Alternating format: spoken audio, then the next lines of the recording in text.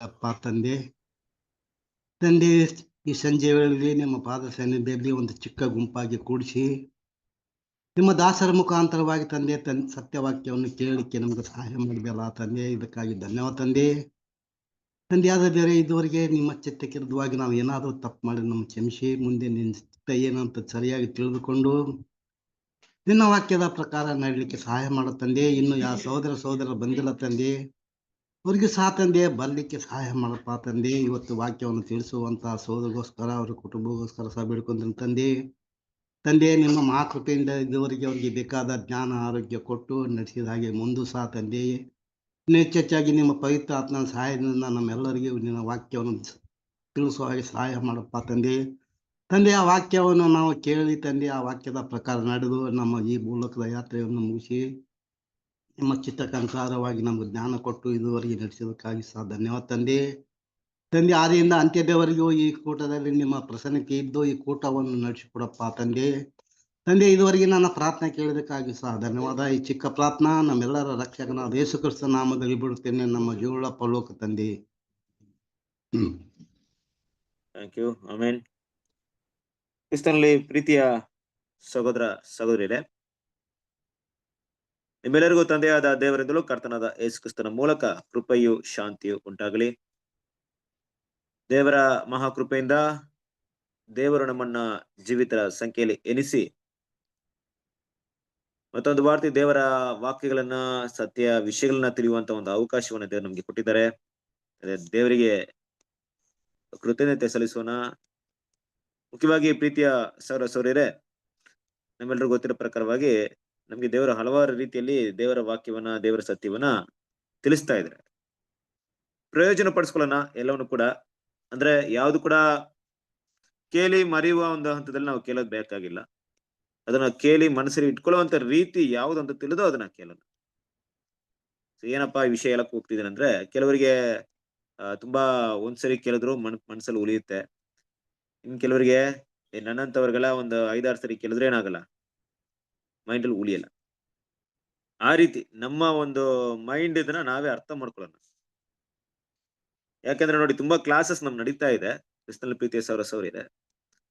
ಆದ್ರೆ ಕೆಲವೊಂದು ಟೈಮಲ್ಲಿ ನಮ್ಗೆ ಏನಾಗುತ್ತಂದ್ರೆ, ಯಾವ ಕ್ಲಾಸ್ ನಾವು ಕೇಳಿದ್ರು ಕೂಡ ಅದನ್ನ ಮರ್ತಿರ್ತೀವಿ. ಅದು ನಮ್ಗೆ ನಮ್ಮ ಮೈಂಡ್ ಅಲ್ಲಿ ಅಷ್ಟಾಗಿ ಏನಾಗಲ್ಲ, ಉಳ್ದಿರಲ್ಲ. ಕೇಳಿ ಮರೆಯುವಂತ ಒಂದು ವಿಷಯನ ಬಿಟ್ಟು ಅದು ಕೇಳಿ ಮನಸ್ಸಲ್ಲಿ ಇಟ್ಕೊಳ್ಳೋ ಹಾಗೆ ಅದನ್ನ ಕೇಳಕ್ಕೆ ಪ್ರಯತ್ನ ಪಡೋಣ. ಸೊ ಅದಕ್ಕೇನಪ್ಪ ಮಾಡ್ಬೇಕಂದ್ರೆ, ನಮ್ಮ ಗಮನ ಕೂಡ ಇಲ್ಲೇ ಇರ್ಲಿ. ಸಾಧ್ಯವಾದ್ರೆ ನಿಮ್ಗೆ ಬೇಕಾಯ್ತು ಅಂದಾಗ ನೋಟ್ಸ್ ನ ಮಾಡ್ಕೊಳ್ಳಿ, ಅದು ಕೂಡ ನಿಮ್ಗೆ ಉಪಯೋಗವಾಗುತ್ತೆ. ಸೊ ನನ್ನ ಸ್ಕ್ರೀನ್ ನಿಮ್ಗೆ ಕಾಣಿಸ್ತಾ ಇದೆಯಾ? ಕಾಣ್ತಾ ಇದ್ದಾರೆ. ಓಕೆ. ಇವತ್ತು ನಾವು ನೋಡಕ್ಕೆ ಹೋಗ್ತಿರುವಂತ ಒಂದು ಪಾರ್ಟ್ ಏನಪ್ಪಾ ಅಂದ್ರೆ, ರೋಮಪುರದವರಿಗೆ ಬರೆದಂತ ಒಂದು ಪತ್ರಿಕೆ, ಅದರಲ್ಲಿ ಒಂದು 3ನೇ ಭಾಗವನ್ನ ನೋಡಕ್ಕೆ ಹೋಗ್ತಾ ಇದೀವಿ. ಕರೆಕ್ಟ್ ಅಲ್ವಾ? 3rd part. 3ನೇ ಪಾಠ ಇಲ್ಲ ಜಾಸ್ತಿ ಆಗಿದೆಯಾ ಕಡಿಮೆ ಆಗಿದೆಯಾ? 3ನೇ ಪಾಠ. 3ನೇ ಪಾಠ. ಓಕೆ. ಹಾಗೆ ನಾವು ಕೆಲವೊಂದು ಎಸ್ ಫೋರ್ತ್ ಒಂದ್ ವಾರ ಪೋಸ್ಟ್ಪೋನ್ ಮಾಡಿದ್ರಿ. ಒಂದ್ ವಾರ ಪೋಸ್ಟ್ಪೋನ್ ಮಾಡಿದಲ್ವಾ? ಹೌದ್ರಿ. ಬಟ್ ನಮ್ಮ ಪಾರ್ಟ್ 3ನೇ ಪಾಠ ತಾನೆ? ಹೌದ್ರಿ. ಓಕೆ. ಮತ್ತೆ ಕನ್ಫ್ಯೂಷನ್ ಆಗುತ್ತೆ ಇಲ್ಲಿ. ಕ್ರಿಸ್ತನಲ್ಲಿ ಪ್ರೀತಿಯ ಸಹೋದರರೇ, ಅದೇ ಈಗ ನಾವು ನೋಡುವಂತ ವಿಷಯ ಏನಪ್ಪಾ ಅಂದ್ರೆ, ಈ 3ನೇ ವಾರದಲ್ಲಿ ಅಂದ್ರೆ 3ನೇ ಒಂದು ಭಾಗವನ್ನ ನೋಡಕ್ ಹೋಗ್ತಿದೀವಿ. ಅದರಿಂದ ನಾವು ಕೆಲವೊಂದು ಪಾಯಿಂಟ್ ನ ಕೂಡ ಲಾಸ್ಟ್ ಟೈಮ್ ನೋಡಿದ್ವಿ. ಅಂದ್ರೆ 1, 2 ಎಷ್ಟು ವಾಕ್ಯಗಳನ್ನ ನೋಡಿದ್ವಿ. ನಾನು ಆದಷ್ಟು ಏನ್ ಮಾಡ್ತೀನಿ, ಅದನ್ನ ಬೇಗ ತಗೊಳ್ಳೋಕೆ ಪ್ರಯತ್ನ ಪಡ್ತೀನಿ. ನೆಕ್ಸ್ಟ್ ಟೈಮ್ ನಾನು ತುಂಬಾ ಸ್ಲೋ ಮಾಡಲ್ಲ, ಮೈನ್ ಪಾಯಿಂಟ್ಸ್ ನ ಕವರ್ ಮಾಡ್ಕೊಂಡು ಹೊರಟೋಗೋಣ. ಓಕೆನಾ? ಓಕೆ. ಈಗ ನಾವು ನೋಡ್ಬೇಕಾಗಿರೋದು 1ನೇ ಅಧ್ಯಾಯ 4ನೇ ವಾಕ್ಯ. ಕರೆಕ್ಟಾ? ಸೊ ವಾಕ್ಯವನ್ನು ಓದೋಣ. 1ನೇ ಅಧ್ಯಾಯ 4ನೇ ವಾಕ್ಯ. ಕ್ರಿಸ್ತ ಯೇಸುವಿನಲ್ಲಿ ದೇವರು ನಿಮಗೆ ಅನುಗ್ರಹಿಸುವ ಕೃಪೆಯ ನಿಮಿತ್ತ ನಾನು ನಿಮ್ಮ ವಿಷಯದಲ್ಲಿ ಯಾವಾಗಲೂ ದೇವರನ್ನು ಕೊಂಡಾಡುತ್ತೇನೆ. ರೋಮಪುರದವರಿಗೆ 1ನೇ ಅಧ್ಯಾಯ 4ನೇ ವಾಕ್ಯ. ಬೈಬಲ್ ಅಲ್ಲಿ ಸಾರಿ ಬ್ರದರ್, ತೆಗಿತಾ ಇದ್ದೀನಿ. ಪ್ರತಿ ಬಾರಿ ಯಾಕೆ ಇರ್ಲಿ ಪ್ರತಿ ಬಾರಿ ಯಾಕೆ ಕರೆಕ್ಟ್ ಬ್ರದರ್ ಆಗಿ ತೆಗ್ದಿದೆ. ನಿಧಾನಕ್ಕೆ ಟೈಮ್ ತಗೊಳ್ಳಿ, ನಿಧಾನಕ್ಕೆ ಹೋಗ್ಬಿಡಿ, ಏನು ಅರ್ಜೆಂಟ್ ಇಲ್ಲ. ಮಿಸ್ಟೇಕ್ ಇಲ್ಲ ಪದೇ ಪದೇ ಆಗ್ತಿದ್ರೆ ಏನಾಗುತ್ತೆ, ಕಷ್ಟವಾಗುತ್ತೆ. ಅದಕ್ಕೆ ಇಲ್ಲ, ಅದು ಕೊರಿ ಅಂತ ತೆಗ್ದ್ಬಿಟ್ಟಿದೆ ಕಾಣಿಸ್ತಿಲ್ಲ, ಅದಕ್ಕೆ ಅದಕ್ಕೆ ಹಂಗಾಗಿ. ನಿಧಾನಕ್ಕೆ ಫಸ್ಟ್ ಬುಕ್ ನೋಡ್ಬೇಕು, ಆಮೇಲೆ ಅಧ್ಯಾಯ ನೋಡ್ಬೇಕು, ಆಮೇಲೆ ವಾಕ್ಯ ನೋಡ್ಬೇಕು. ಓಕೆನಾ? ನಿಧಾನಕ್ಕೆ. ಆಯ್ತು. Okay, thank you. ಓದೆ. ಪವಿತ್ರಾತ್ಮ ಉಳ್ಳವನಾಗಿದ್ದು ಸತ್ತ ಮೇಲೆ ಜೀವಿತನಾಗಿ ಎದ್ದು ಬಂದ ಮಹತ್ ಕಾರ್ಯದಿಂದ ದೇವಕುಮಾರನೆಂದು ನಿರ್ಣಯಿಸಲ್ಪಟ್ಟವನು ಆಗಿದ್ದಾನೆ. ಓಕೆ, ಸಾಕು. ಕ್ರಿಸ್ತನಲ್ಲಿ ಪ್ರೀತಿಯ ಸಹೋದರರೇ, ನಾವು ಇದಕ್ಕಿಂತ ಮುಂಚಿತವಾಗಿ ಏನ್ ಮಾಡಿದ್ವಿ ಅಂದ್ರೆ ಅಪೊಸ್ತಲ ಪಾಲ್ ಹೇಳಿದಂತ ಕೆಲವೊಂದು ವಿಷಯಗಳನ್ನ ಸ್ಟಡಿ ಮಾಡ್ಕೊಂಡ್ ಬಂದ್ವಿ. ಅಂದ್ರೆ ಕರ್ತನಾದ ಯೇಸು ಕ್ರಿಸ್ತನು ಯಾವ ರೀತಿಯಲ್ಲಿ ದಾವೀದನ ವಂಶದಲ್ಲಿ ಹುಟ್ಟಿದ್ರು, ಅಂದ್ರೆ ದಾವೀದನ ವಂಶದಲ್ಲಿ ಹುಟ್ಟೋದ್ ಮೂಲಕ ಏನಾದ್ರು ಅಂದ್ರೆ ಒಬ್ಬ ದೇವರ ಮಗ ಅಂತ ಹೇಗೆ ಪ್ರೂವ್ ಮಾಡಿದ್ದಾರೆ ಅನ್ನೋಂಥ ವಿಷಯವನ್ನ ಕೂಡ, ಒಬ್ಬ ಮನುಷ್ಯ ಸಂತಾನದಲ್ಲೇ ಹುಟ್ಟಿದ್ದಾರೆ ಅನ್ನೋಂಥ ವಿಷಯವನ್ನ ಏನ್ ಮಾಡಿದ್ರು, ಕೆಲವೊಂದನ್ನ ಪ್ರೂವ್ ಮಾಡ್ಕೊಂಡ್ ಬಂದ್ರು.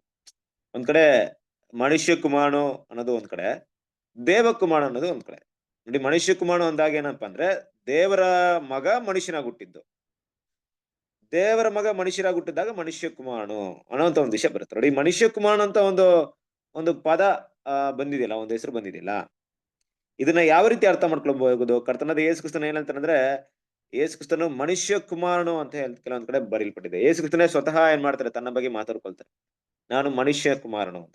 ಯಾಕೆ ಆ ರೀತಿ ಹೇಳ್ತಾರೆ? ಮನುಷ್ಯ ಅಂತ ಹೇಳಿದ್ರೆ ಸಾಕಾಗ್ತಿಲ್ಲ, ಯಾಕೆ ಮನುಷ್ಯ ಕುಮಾರನ್ ಅಂತ ಹೇಳ್ಬೇಕಾಯ್ತು?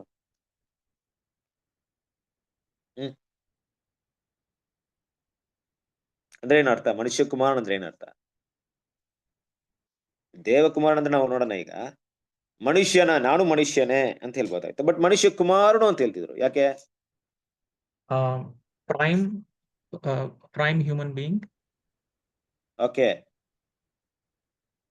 ಇನ್ನೊಂದ್ ಅರ್ಥ ಆಗಿಲ್ಲ, ಇನ್ನೊಂದ್ಸರಿ ಕ್ಲಿಯರ್ ಆಗಿಲ್ಲ. ಪ್ರೈಮ್ ಹ್ಯೂಮನ್ ಬೀಯಿಂಗ್ ಅಂತ ಅನ್ಕೊಂಡೆ brother. Okay okay okay, anyway, so good. ಸರಿ, ಈಗ ಕೆಲವೊಂದು ಪಾಯಿಂಟ್ ನೋಡೋಣ. ನೋಡಿ, ಕರ್ತನಾದ ಯೇಸು ಕ್ರಿಸ್ತನು ಹೇಳ್ತಾರೆ ತನ್ನನ್ನ ಸ್ವತಃ ನಾನು ಮನುಷ್ಯ ಕುಮಾರ ಅಂತ ಹೇಳ್ತಾರೆ. ಅಂದ್ರೆ ಅದು ಗುಣಗಳಲ್ಲಿ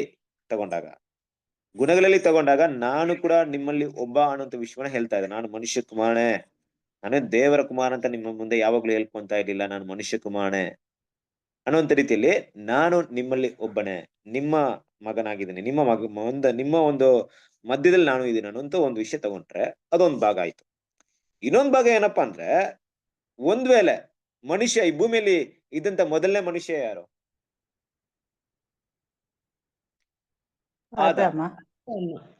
ಆದಾಮ್ ಪರಿಪೂರ್ಣವಾಗಿದ್ರು, ಕರೆಕ್ಟಾ? ಆ ಪರಿಪೂರ್ಣವಾಗಿ ಏನಾದ್ರು ಮಗು ಹುಟ್ಟಿದ್ರೆ ಆ ಮಗು ಏನಾಗ್ತಿತ್ತು? ಆದಾಮ್ ಪಾಪ ಮಾಡದೆ ಒಂದ್ ಮಗು ಹುಟ್ಟಿದ್ರೆ ಆ ಮಗು ಹೇಗಿರ್ತಿತ್ತು? ಪರಿಪೂರ್ಣವಾಗಿತ್ತು. ಕರೆಕ್ಟ್. ಯಾಕಂದ್ರೆ ಕರ್ತನಾದ ಯೇಸು ಕ್ರಿಸ್ತನು ಆದಾಮನ ರೀತಿಯಲ್ಲಿ ಉಂಟು ಮಾಡಲ್ಪಡ್ಲಿಲ್ಲ, ಬದಲಾಗಿ ಒಂದು ಮಗುವಾಗಿ ಹುಟ್ಟು ಬಂದಿದ್ರು, ಕರೆಕ್ಟ್ ಅಲ್ವಾ? ಹಾಗಾಗಿ ಆದಾಮ್ನಿಗೇನಾದ್ರೂ ಒಂದು ಮನುಷ್ಯನಿಗೇನಾದ್ರೂ ಒಂದು ಮಗು ಹುಟ್ಟಿದ್ರೆ ಅವನ ಕುಮಾರನು ಹೇಗಿರ್ತಿದ್ರು ಆ ಪರಿಸ್ಥಿತಿಯಲ್ಲಿ ಕರ್ತನಾದ ಯೇಸು ಕ್ರಿಸ್ತನು ಹೇಳಿದ್ದಾರೆ. ಒಂದ್ ರೀತಿಯಲ್ಲಿ ಮನುಷ್ಯ ಕುಮಾರ ಅಂತ ಹೇಳಿದಾಗ ಅದು ಪರಿಪೂರ್ಣವಾದಂತ ಒಂದು ಮಗು, ಪರಿಪೂರ್ಣವಾದಂತ ಒಂದು ವ್ಯಕ್ತಿಯನ್ನ ಸೂಚಿಸ್ತಾ ಇದೆ. ಅದಕ್ಕೆ ಯೇಸು ಕ್ರಿಸ್ತ ಹೇಳ್ತಾ ಇರ್ಬೇಕಾದ್ರೆ ನಾನು ಮನುಷ್ಯ ಕುಮಾರ ಅಂದ್ರೆ ನಿಮ್ಮಲ್ಲಿ ಒಬ್ನೇ ಆಗಿದ್ರು, ಪಾಪ ಮಾಡಿದವನಲ್ಲ, ನಿಮ್ಮಲ್ಲಿ ಒಬ್ನೇ, ಆದ್ರೆ ನಾನು ಪಾಪಿ ಇಲ್ಲ, ಆದ್ರೆ ಆದಾಮನ ಜನರೇಷನ್ ನಾನು ಬರ್ಲಿಲ್ಲ. ಇದನ್ನ ಯೇಸು ಕ್ರಿಸ್ತ ಹೇಳುವಂತ ಒಂದು ಮಾತಿನ ಮುಖ್ಯವಾದ ಒಂದು ಉದ್ದೇಶ ಮತ್ತೆ ಅರ್ಥ ಕೂಡ. ನಾನು ಆದಾಮ್ ಬಂದಂತ ಅದೇ ಒಂದು ಜನರೇಷನ್ ನಾನು ಬರ್ಲಿಲ್ಲ, ಮನುಷ್ಯ ಕುಮಾರ, ಮನುಷ್ಯನಂದ್ರೆ ಆದಾಮ್ ಪಾಪ ಮಾಡದೇ ಇದ್ರೆ, ಆದಾಮ್ ಒಬ್ಬ ಪರಿಪೂರ್ಣವಾಗಿದ್ರೆ ಆ ಮಗು ಹೇಗೆ ಹುಟ್ಟುತ್ತಾ ಇತ್ತು ಆ ರೀತಿ ನಾನಿದ್ದೀನಿ, ನನ್ನಲ್ಲಿ ಪಾಪವಿಲ್ಲ, ಆದ್ರೂ ನಾನು ಮನುಷ್ಯನ ಅನ್ನೋಂತ ರೀತಿಯಲ್ಲಿ ಅರ್ಥ ಮಾಡ್ಕೊಂಡು. ಓಕೆ, ಒಂದ್ ಕಡೆ ಈ ವಿಷಯ ಅರ್ಥವಾಯ್ತು. ಇನ್ನೊಂದ್ ಕಡೆ ಇನ್ನೊಂದ್ ಪಾಯಿಂಟ್ ನಮ್ಗೆ ಅರ್ಥವಾಗ್ಬೇಕು. ಏನಪ್ಪಾ ಅಂದ್ರೆ, ಯೇಸು ಕ್ರಿಸ್ತನು ದೇವಕುಮಾರ ಅಂದ್ಬಿಟ್ಟು ನಮ್ಗೆ ಅರ್ಥವಾಗ್ಬೇಕು. ಯೇಸು ಕ್ರಿಸ್ತನು ದೇವಕುಮಾರ ಮತ್ತೆ ಮನುಷ್ಯ ಕುಮಾರ. ದೇವಕುಮಾರ ಅಂದ್ರೆ ಹೌದು, ದೇವರ ಮಗನೇ ಯೇಸು ಕ್ರಿಸ್ತನು. ಈಗ ದೇವರ ಮಗ ಅಂತ ಬಂದಾಗ ಲೋಕದ ದೃಷ್ಟಿಯಿಂದ ತಗೊಂಡ್ರೆ ಎಲ್ರಿಗೂ ಇದ್ದೇ ಇರುತ್ತಲ್ಲ ವರ್ಡ್ಲಿ ಮೈಂಡ್, ಪ್ರಪಂಚದ ಒಂದು ಮನೋಭಾವನೆ ಹೇಗಿದೆ, ಆ ಒಂದು ಥಿಂಕಿಂಗ್ ಭಾವನೆ ಹೇಗಿದೆ ಅಂದ್ರೆ, ಮಗು ಅಂದ್ರೆ ಏನಪ್ಪಾ ಬರುತ್ತೆ, ಹೌದು ಮದ್ವೆ ಆಗಿರುತ್ತಾ, ದೇವ್ರಿಗೆ ಮದ್ವೆ ಆಗಿರುತ್ತಾ, ದೇವ್ರಿಗೆ ಯಾರಪ್ಪ ವೈಫ್, ಆ ರೀತಿ ಎಲ್ಲ ಜನ ಇಲ್ಲಿ ಇವತ್ತಿರುವಂತ ಒಂದು ಐಡಲ್ಸ್ ಎಲ್ಲ ನೀವು ತಗೊಂಡ್ರೆ ಅದೇ ಇರುತ್ತಲ್ವಾ. ಈ ಪ್ರಪಂಚದಲ್ಲಿರುವಂತ ಯಾವುದೇ ವಿಗ್ರಹ ತಗೊಳ್ಳಿ, ಅದನ್ನ ಕತೆ ಎಲ್ಲ ಇನ್ನೆಲ್ಲ ಹಂಗೆ ಇರುತ್ತೆ. ಅವ್ರ ಮದ್ವೆ ಆಗಿರುತ್ತೆ, ಅವ್ರ ಮಕ್ಳಾಗಿರ್ತಾರೆ, ಅವರು ದೇವ್ರುಗಳಾಗಿರ್ತಾರೆ, ಅವ್ರಿಗೆ ಇನ್ಯಾರೋ ಮದ್ವೆ ಆಗಿರುತ್ತೆ, ಹಿಂಗೆ.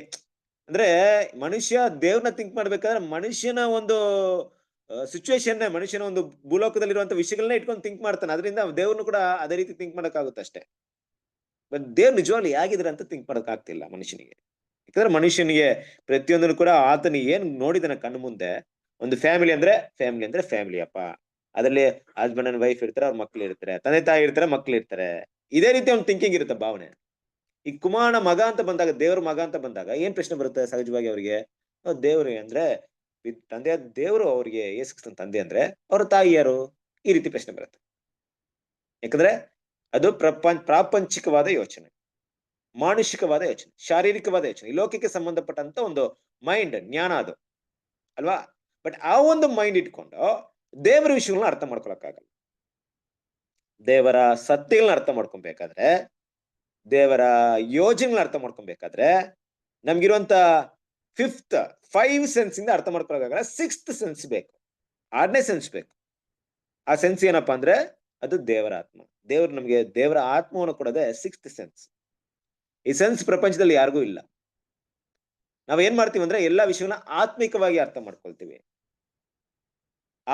ಆತ್ಮಿಕವಾಗಿ ಅರ್ಥ ಮಾಡ್ಕೊಳ್ತೇವೆ ಅಂದ್ರೆ ವಾಕ್ಯ ನಾವು ಓದಿದ್ವಿ, ನಮ್ಮೆಲ್ರಿಗೂ ಗೊತ್ತೇ ಇದೆ, ಮನುಷ್ಯನ ಆತ್ಮವಿಲ್ಲದೆ ಮನುಷ್ಯನ ವಿಷಯಗಳನ್ನ ಯಾರು ಅರ್ಥ ಮಾಡ್ಕೊಳ್ತಾರೆ? ಈಗ ಒಂದ್ ನಾಯಿ ಬಂದ್ಬಿಟ್ಟು ಮನುಷ್ಯನ ಗುಣಗಳನ್ನ ಅರ್ಥ ಮಾಡ್ಕೊಳಕ್ಕಾಗುತ್ತಂದ್ರೆ ಆಗಲ್ಲ, ಮನುಷ್ಯನ ಮೈಂಡ್ ಇರಲ್ಲ ಅದಕ್ಕೆ. ಹಾಗೆ ದೇವರು ತನ್ನ ಆತ್ಮವನ್ನು ಮನುಷ್ಯನಿಗೆ ಕೊಡ್ತಾ ಇದ್ರೆ ದೈವಿಕಗೆ ಸಂಬಂಧಪಟ್ಟಂತ ವಿಷಯ, ದೇವರಿಗೆ ಸಂಬಂಧಪಟ್ಟ ವಿಷಯವನ್ನ ಏನ್ ಮಾಡಕ್ಕಾಗಲ್ಲ, ಅರ್ಥ ಮಾಡ್ಕೊಳಕ್ಕೆ ಆಗಲ್ಲ. ಈಗ ಇನ್ನೊಂದು ವಿಷಯ ಕೂಡ ಎಲ್ಲಿದೆ, ದೇವ್ರ ಮಕ್ಕಳಿಗೆ ಇದೆ ಹೇಳ್ತಾರದು. ಅಂದ್ರೆ ನೋಡ್ರಿ, ಈ ವಿಷಯ ಎಲ್ರು ತಿಳ್ಕೊಬೇಕಂತ ಒಂದು ಉದ್ದೇಶ ದೇವ್ರಿಗಿದ್ರು, ಅದಕ್ಕೂ ಕೂಡ ಕಾಲವಿದೆ. ಯಾವ ಒಂದು ವಿಷಯ? ಕರ್ತನಾದ ಯೇಸು ಕ್ರಿಸ್ತನು ದೇವರ ಮಗ ಅನ್ನುವಂತ ವಿಷಯವನ್ನ ಎಲ್ರೂ ತಿಳ್ಕೊಳಕ್ ಬೇಕಂದ್ಬಿಟ್ಟು ದೇವರ ಯೋಜನೆ, ದೇವ್ರ ಚಿತ್ತ ಇದೆ, ಅದೇ ದೇವ್ರ ಉದ್ದೇಶ. ಖಂಡಿತ ತಿಳ್ಕೊಳ್ತಾರೆ. ಪ್ರತಿಯೊಬ್ಬ ಸೃಷ್ಟಿನೂ ದೇವರಿಂದ ಸೃಷ್ಟಿ ಮಾಡಿದಂತ ಪ್ರತಿಯೊಬ್ಬ ಮನುಷ್ಯರಾಗ್ಲಿ ದೂತರಾಗ್ಲಿ, ಮನುಷ್ಯರಲ್ಲಿ ಹುಟ್ಟಿದಂತ ಪ್ರತಿಯೊಬ್ಬ ಜನಾಂಗವು ಸಂತಾನವು ಯಾವ ಮೂಲೆಯಲ್ಲಿ ಇದ್ರು ಕೂಡ ಒಂದಲ್ಲ ಒಂದು ದಿನ ತಿಳ್ಕೊಳ್ತಾರೆ, ಅದ್ರಲ್ಲಿ ಯಾವುದೇ ಸಂದೇಹವಿಲ್ಲ. ಆದ್ರೆ ಅದಕ್ಕೆ ಟೈಮ್ ಇದೆ. ಅದ್ರಲ್ಲಿ ತುಂಬಾ ಬ್ಲೆಸ್ಸಿಂಗ್ ಏನಪ್ಪಾ ಅಂದ್ರೆ, ಕೆಲವರಿಗೆ ತುಂಬಾ ಬೇಗ ಅದು ತಿಳಿಸಲ್ಪಡುತ್ತೆ. ಈ ವಾಕ್ಯ ಮಾತಾಡ್ತಿರೋದು ರೋಮಪುರದವರಿಗೆ ಅಂದ್ರೆ ಸಭೆ ಮಕ್ಕಳಿಗೆ, ಲೋಕಕ್ಕೆ ಅಲ್ಲ. ಈ ಪತ್ರಿಕೆ ರೋಮಪುರದವರಿಗೆ ಬರೆದಿರಂದ್ರೆ ರೋಮಪುರದಲ್ಲಿರುವಂತ ಪರಿಶುದ್ಧವಂತರಿಗೆ ಬರ್ದಿರುವಂತ ಪತ್ರಿಕೆ.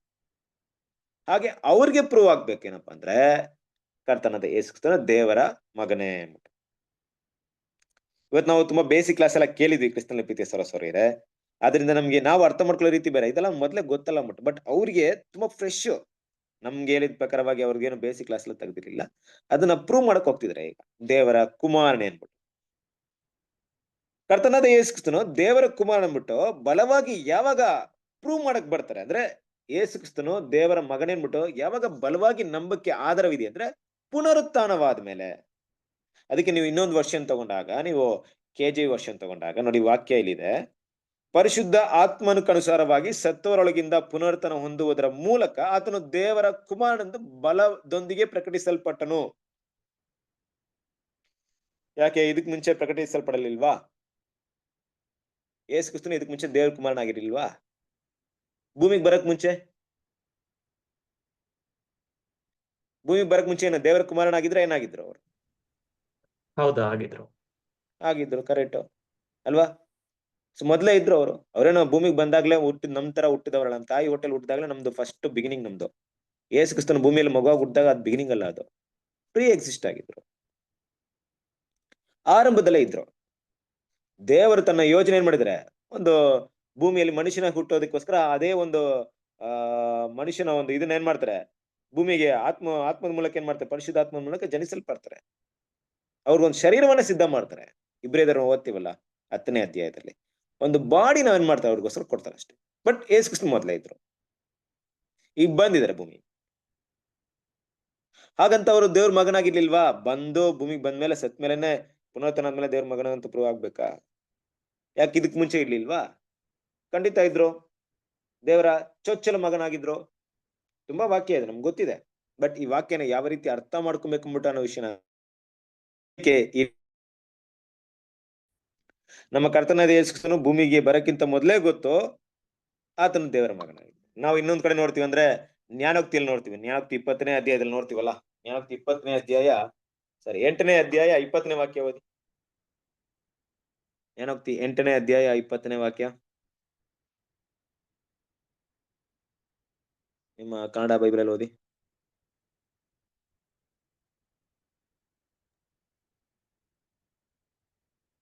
ನಾನು ಹಿಡಿದಿರುವ ದಾರಿಯು ನೀತಿಯೇ, ನ್ಯಾಯ ಮಾರ್ಗಗಳಲ್ಲಿ ಸಾರಿ 30ನೇ ವಾಕ್ಯ ಓದಿ. ಕ್ಷಮಿಸಿ, 30ನೇ ವಾಕ್ಯ ಓದಿ.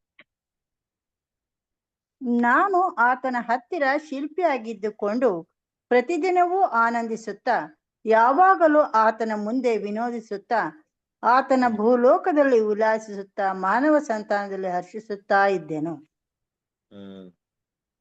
ಅಲ್ವಾ? ನೋಡಿ ಇಲ್ಲಿ ಯಾವ ರೀತಿ ಶಿಲ್ಪಿ ಅಂತ ಬರ್ತಿದ್ದೀರಾ ಇಲ್ಲಿ? ಶಿಲ್ಪಿ ಅಂತ ಬರ್ಬಿಟ್ಟಿದ್ದೀರಾ ಇಲ್ಲಿ? ಹೌದು. ಓಕೆ, ಸರಿ.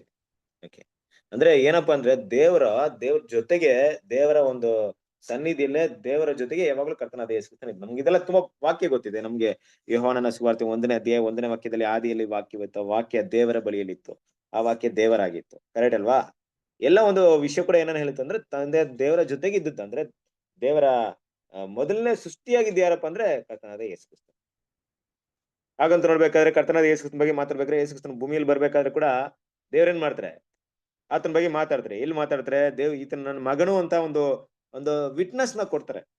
ಆ ಸ್ನಾನಿಕನ ಯೋಹಾನನು ದೀಕ್ಷಾಸ್ನಾನ ಕೊಡ್ಬೇಕಾದ್ರೆ ಅಲ್ಲಿಂದ ಒಂದು ವಾಣಿ ಆಗುತ್ತೆ, ಆಕಾಶ ತೆರೆಯಲ್ಪಡುತ್ತೆ, ಪವಿತ್ರಾತ್ಮ ಪಾರಿವಾಳದ ಹಾಗೆ ಮೇಲೆ ಬರುತ್ತೆ. ಅವಾಗ ಒಂದು ಮಾತು ಬರುತ್ತೆ. ಮತ್ತೇನು ಸುವಾರ್ತೆ 3ನೇ ಅಧ್ಯಾಯ 17ನೇ ವಾಕ್ಯದಲ್ಲಿ ಓದಿ.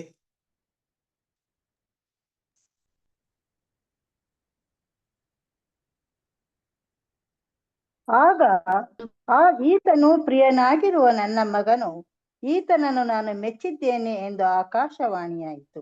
ಓಕೆ, ನೋಡ್ರಿ, ಈಗ ಒಂದ್ ರೀತಿಯಲ್ಲಿ ನಮ್ಗೆಲ್ಲ ಗೊತ್ತಿರೋ ಪ್ರಕಾರವಾಗಿ, ಸತ್ಯವೇದದಲ್ಲಿ ಬರೆದಿರೋ ಪ್ರಕಾರವಾಗಿ, ಹೌದು, ಯೇಸು ಕ್ರಿಸ್ತನು ಮೊದಲೇ ಇದ್ರು, ದೇವರ ಬಳಿಯಲ್ಲಿದ್ರು.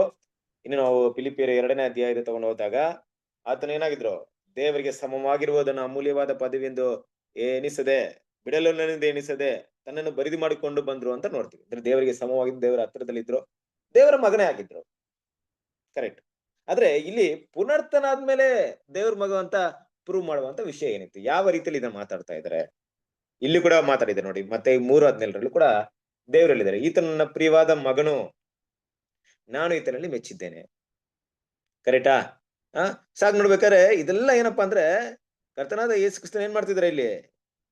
ಆತನು ದೇವರ ಮಗ ಅನ್ನೋದಕ್ಕೆ ಎವಿಡೆನ್ಸ್ ತುಂಬಾನೇ ಇದೆ. ಓಲ್ಡ್ ಟೆಸ್ಟ್ಮೆಂಟ್ ಅಲ್ಲಿ ಇರ್ಬೋದು, ನ್ಯೂ ಟೆಸ್ಟ್ಮೆಂಟ್ ಅಲ್ಲಿ ತುಂಬಾ ಇದೆ. ಸೊ ಈಗ ಏನ್ ಮಾಡ್ತಾರೆ? ಇದೇ ರೀತಿಯಾಗಿ ಹಲವಾರು ಸರಿ ಏನ್ ಮಾಡ್ತಾರೆ? ಮಾತಾಡ್ತಾರೆ. ಇನ್ನು ಸ್ಪಷ್ಟ ಹೇಳ್ಬೇಕಾದ್ರೆ ತಂದೆ ದೇವ್ರು ಕರ್ತನಾದ ಯೇಸು ಕ್ರಿಸ್ತನ ಒಬ್ಬರೇ ಸೃಷ್ಟಿ ಮಾಡಿದ್ರು ಅಂದ್ರೆ ಬೇರೆ ಯಾರು ತಂದೆ ದೇವ್ರ ಏನ್ ಮಾಡಿಲ್ಲ? ಸೃಷ್ಟಿ ಮಾಡಿಲ್ಲ. ಬೇರೆ ಎಲ್ಲವನ್ನ ಯಾರು ಸೃಷ್ಟಿ ಮಾಡಿದ್ದಾರೆ? ಕರ್ತನಾದ ಯೇಸು ಕ್ರಿಸ್ತನೇ. ತಂದೆಯ ದೇವರು ಸೃಷ್ಟಿ ಮಾಡಿದ ಯಾರಪ್ಪ ಅಂದ್ರೆ ಕರ್ತನಾದ ಯೇಸು ಕ್ರಿಸ್ತನ. ಅದರಿಂದ ಚೊಚ್ಚಲ ಮಗ. ಬೇರೆಯವರ ಮಕ್ಕಳಾಗಿದ್ರು ಬೇರೆ ಯಾರನ್ನು ಸೃಷ್ಟಿ ಮಾಡಿಲ್ಲ. ಎಲ್ಲನೂ ಯಾರು ಸೃಷ್ಟಿ ಮಾಡಿದ್ದಾರೆ?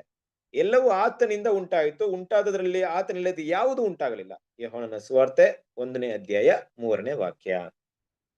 ಕರೆಕ್ಟ್ ಅಲ್ವಾ? ಇನ್ನು ನಮ್ಗೆ ಗೊತ್ತಿದೆ. ಅದರಿಂದ ನಮ್ಗೆ ಏನಾಯ್ತು ಅಂದ್ರೆ ಆತನೇ ಮಗನಾಗಿದ್ರು, ಯಾವಾಗ್ಲೂ ದೇವರ ಮಗನಾಗಿದ್ರು. ಆ ಸ್ಥಾನವನ್ನ ಎಲ್ಲೂ ಕೂಡ ಅವ್ರೇನ್ ಮಾಡಿಲ್ಲ. ನಾವ್ ಇನ್ನು ಕೂಡ ಓದ್ತೀವಲ್ಲ ನಾವು ಯೋಹಾನನ ಸುವಾರ್ತೆ ಇದೇ 1ನೇ ಅಧ್ಯಾಯ 7ನೇ ವಾಕ್ಯ ಓದಿ. ತನ್ನ ಮೂಲಕವಾಗಿ ಎಲ್ಲರೂ ನಂಬುವಂತೆ ಅವನು ಆ ಬೆಳಕಿನ ವಿಷಯದಲ್ಲಿ ಸಾಕ್ಷಿ ಕೊಡುವುದಕ್ಕೆ ಬಂದನು. ಒಂದ್ ನಿಮಿಷ. 6ರಿಂದ ದೇವರು ಕಳಿಸಿದ ಒಬ್ಬ ಮನುಷ್ಯನು ಅಂತ ಐತೆ.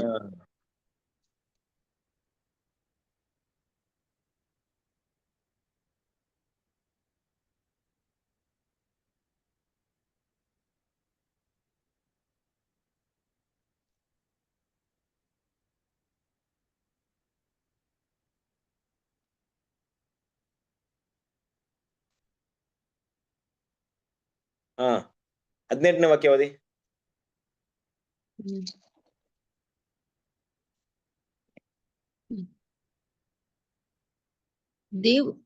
ಯಾವನು ಏಕಪುತ್ರನೋ ಸತ್ಯ ದೇವರು ಆಗಿದ್ದು ತಂದೆ ಎದೆಲಿದ್ದಾನೋ ಆತನೇ ತಿಳಿಯಪಡಿಸಿದ್ದನು. ಅಲ್ವಾ? ಸರ್ ನೋಡ್ಬೇಕಾದ್ರೆ 14ನೇ ವಾಕ್ಯ ಓದಿ. ಆ ವಾಕ್ಯವೆಂಬವನು ನರಾವತಾರ ಎತ್ತಿ ನಮ್ಮ ಮಧ್ಯದಲ್ಲಿ ವಾಸ ಮಾಡಿದನು. ನಾವು ಆತನ ಮಹಿಮೆಯನ್ನು ನೋಡಿದೆವು. ಆ ಮಹಿಮೆಯು ತಂದೆಯ ಬಳಿಯಿಂದ ಬಂದ ಒಬ್ಬನೇ ಮಗನಿಗೆ ಇರತಕ್ಕ ಮಹಿಮೆ.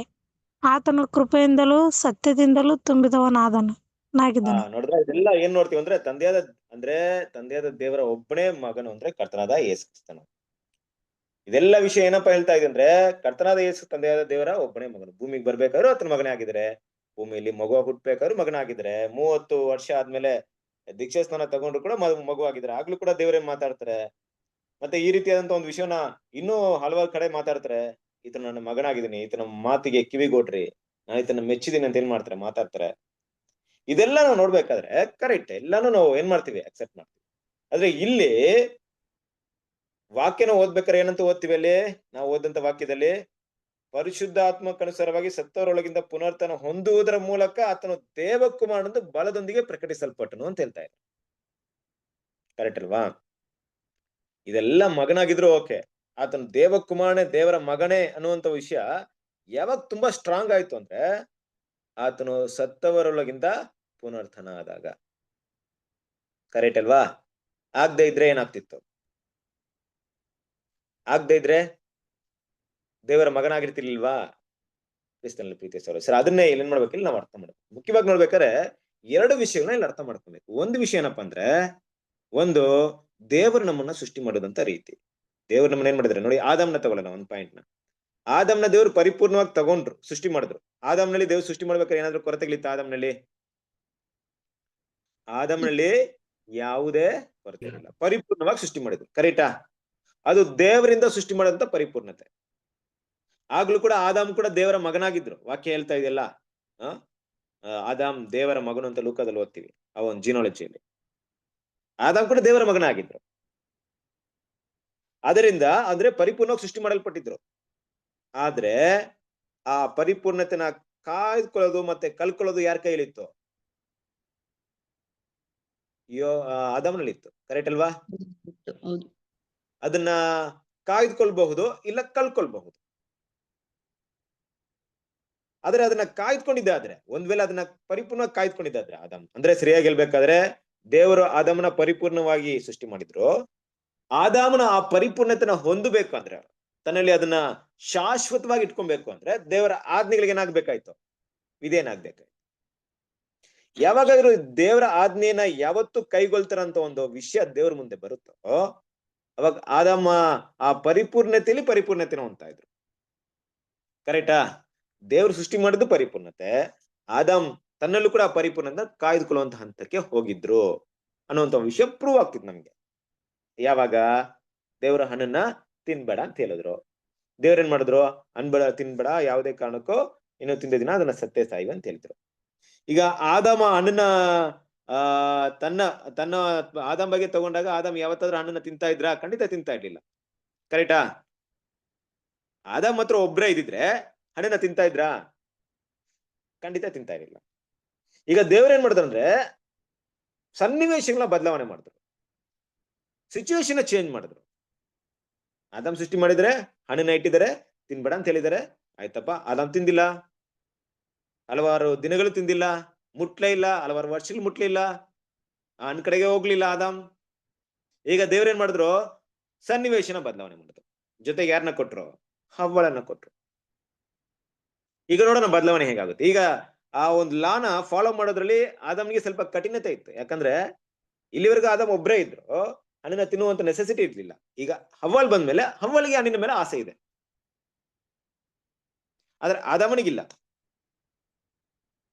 ಈಗ ಹವ್ವಲಿಗೋಸ್ಕರ ಹಣ್ಣನ್ನ ತಿಂತಾರ, ದೇವರಿಗೋಸ್ಕರ ಹಣ್ಣನ್ನ ತಿಂದೇ ಇರ್ತಾರ. ನೋಡ್ರಿ, ದೇವ್ರ ಏನ್ ಮಾಡಿದ್ರು? ಈ ಟೆಸ್ಟ್ ನಲ್ಲಿ ಇಟ್ರು. ಆ ಟೆಸ್ಟ್ ನಲ್ಲಿ ಇಟ್ಟಾಗ ಏನಾಯ್ತು? ಆದಾಮ್ ತನ್ನ ಪರಿಪೂರ್ಣತೆಯನ್ನ ಕಾಯ್ದುಕೊಳ್ಳಿಲ್ಲ. ಬದಲಾಗಿ ಏನಾಯ್ತು? ಹಣ್ಣ ತಿಂದಿರಿಂದ ದೇವರಿಂದ ದೂರವಾದ್ರು. ದೇವರ ಮಗು ಅನ್ಕೊಳ್ಳುವಂತ ಒಂದು ಅವಕಾಶನ ಕೂಡ ಕಳ್ಕೊಂಡ್ರು. ದೇವರ ಸನ್ನಿಧಿಯಲ್ಲಿ ಇರುವಂತ ಅವಕಾಶನ ಕಳ್ಕೊಂಡ್ರು. ಸೇಮ್ ಯೇಸು ಕ್ರಿಸ್ತನು ದೇವರು ಪರಿಪೂರ್ಣವಾಗಿ ಉಂಟು ಮಾಡಿದ್ದಾರೆ. ಚೊಚ್ಚಲ ಮಗನಾಗಿದ್ದಾರೆ. ಚೊಚ್ಚಲ ಮಗ ಅನ್ನಿದ್ ಮಾತ್ರಕ್ಕೆ ಅವರು ಎಲ್ಲ ಸ್ಪೆಷಲ್ ಆಗ್ಬಿಡ್ತಾರ? ದೇವರು ಮೊದಲನೇ ಒಂದು ಸ್ಥಾನವನ್ನ ಕೊಟ್ಟಿದ್ದಾರೆ ತನ್ನ ಮಗನಿಗೆ, ಯೇಸು ಕ್ರಿಸ್ತನಿಗೆ. ಹಾಗಂತ ದೇವ್ರು ಏನ್ ಮಾಡಿರ್ಬೇಕಾಯ್ತು ಯೇಸು ಕ್ರಿಸ್ತನಿಗೆ? ನೋಡಪ್ಪ, ನೀನ್ ನನ್ ಮಗ, ಅವ್ರು ಮನುಷ್ಯರು, ನೀನ್ ಭೂಮಿಗೆ ಹೋಗೋದ್ ಬೇಕಾಗಿಲ್ಲ, ಇಲ್ಲೇ ಇದ್ದಿರ್ಬಹುದು, ಇಲ್ಲೇ ಇರುವೋ, ನನಗೆ ಸಮನಾಗಿರೋ, ಇಡೀ ಸೃಷ್ಟಿ ನನ್ನ ಕಂಟ್ರೋಲ್ ಇದೆ, ಎಲ್ಲ ನಿನಗೋಸ್ಕರ ಸೃಷ್ಟಿ ಮಾಡಲ್ಪಟ್ಟಿದೆ. ನೀನ್ ಯಾಕೆ ಭೂಮಿಗೆ ಹೋಗ್ತೀಯಾ, ನೀನ್ ಯಾಕೆ ಜೀವ ಕೊಡಕ್ ಹೋಗ್ತೀಯಾ? ಬೇಕಾಗಿಲ್ಲ. ಒಂದ್ ವೇಳೆ ಯೇಸು ಕ್ರಿಸ್ತನೇ ಇಷ್ಟಪಟ್ಟಿದ್ರು ಕೂಡ ನೋಡಿ, ಅದೇನೇ ನಾವು ಇಲ್ಲಿ ಏನಪ್ಪಾ ಓದ್ತೀವಿ ಅಂದ್ರೆ, ನೀವು ಜ್ಞಾನೋಕ್ತಿಗಳು 8ನೇ ಅಧ್ಯಾಯ, ಆಗ್ಲೇ ಓದಿದ್ರಲ್ಲ ವಾಕ್ಯ, ಓದಿ. ಜ್ಞಾನೋಕ್ತಿಗಳು 8ನೇ ಅಧ್ಯಾಯ 30ನೇ ವಾಕ್ಯ.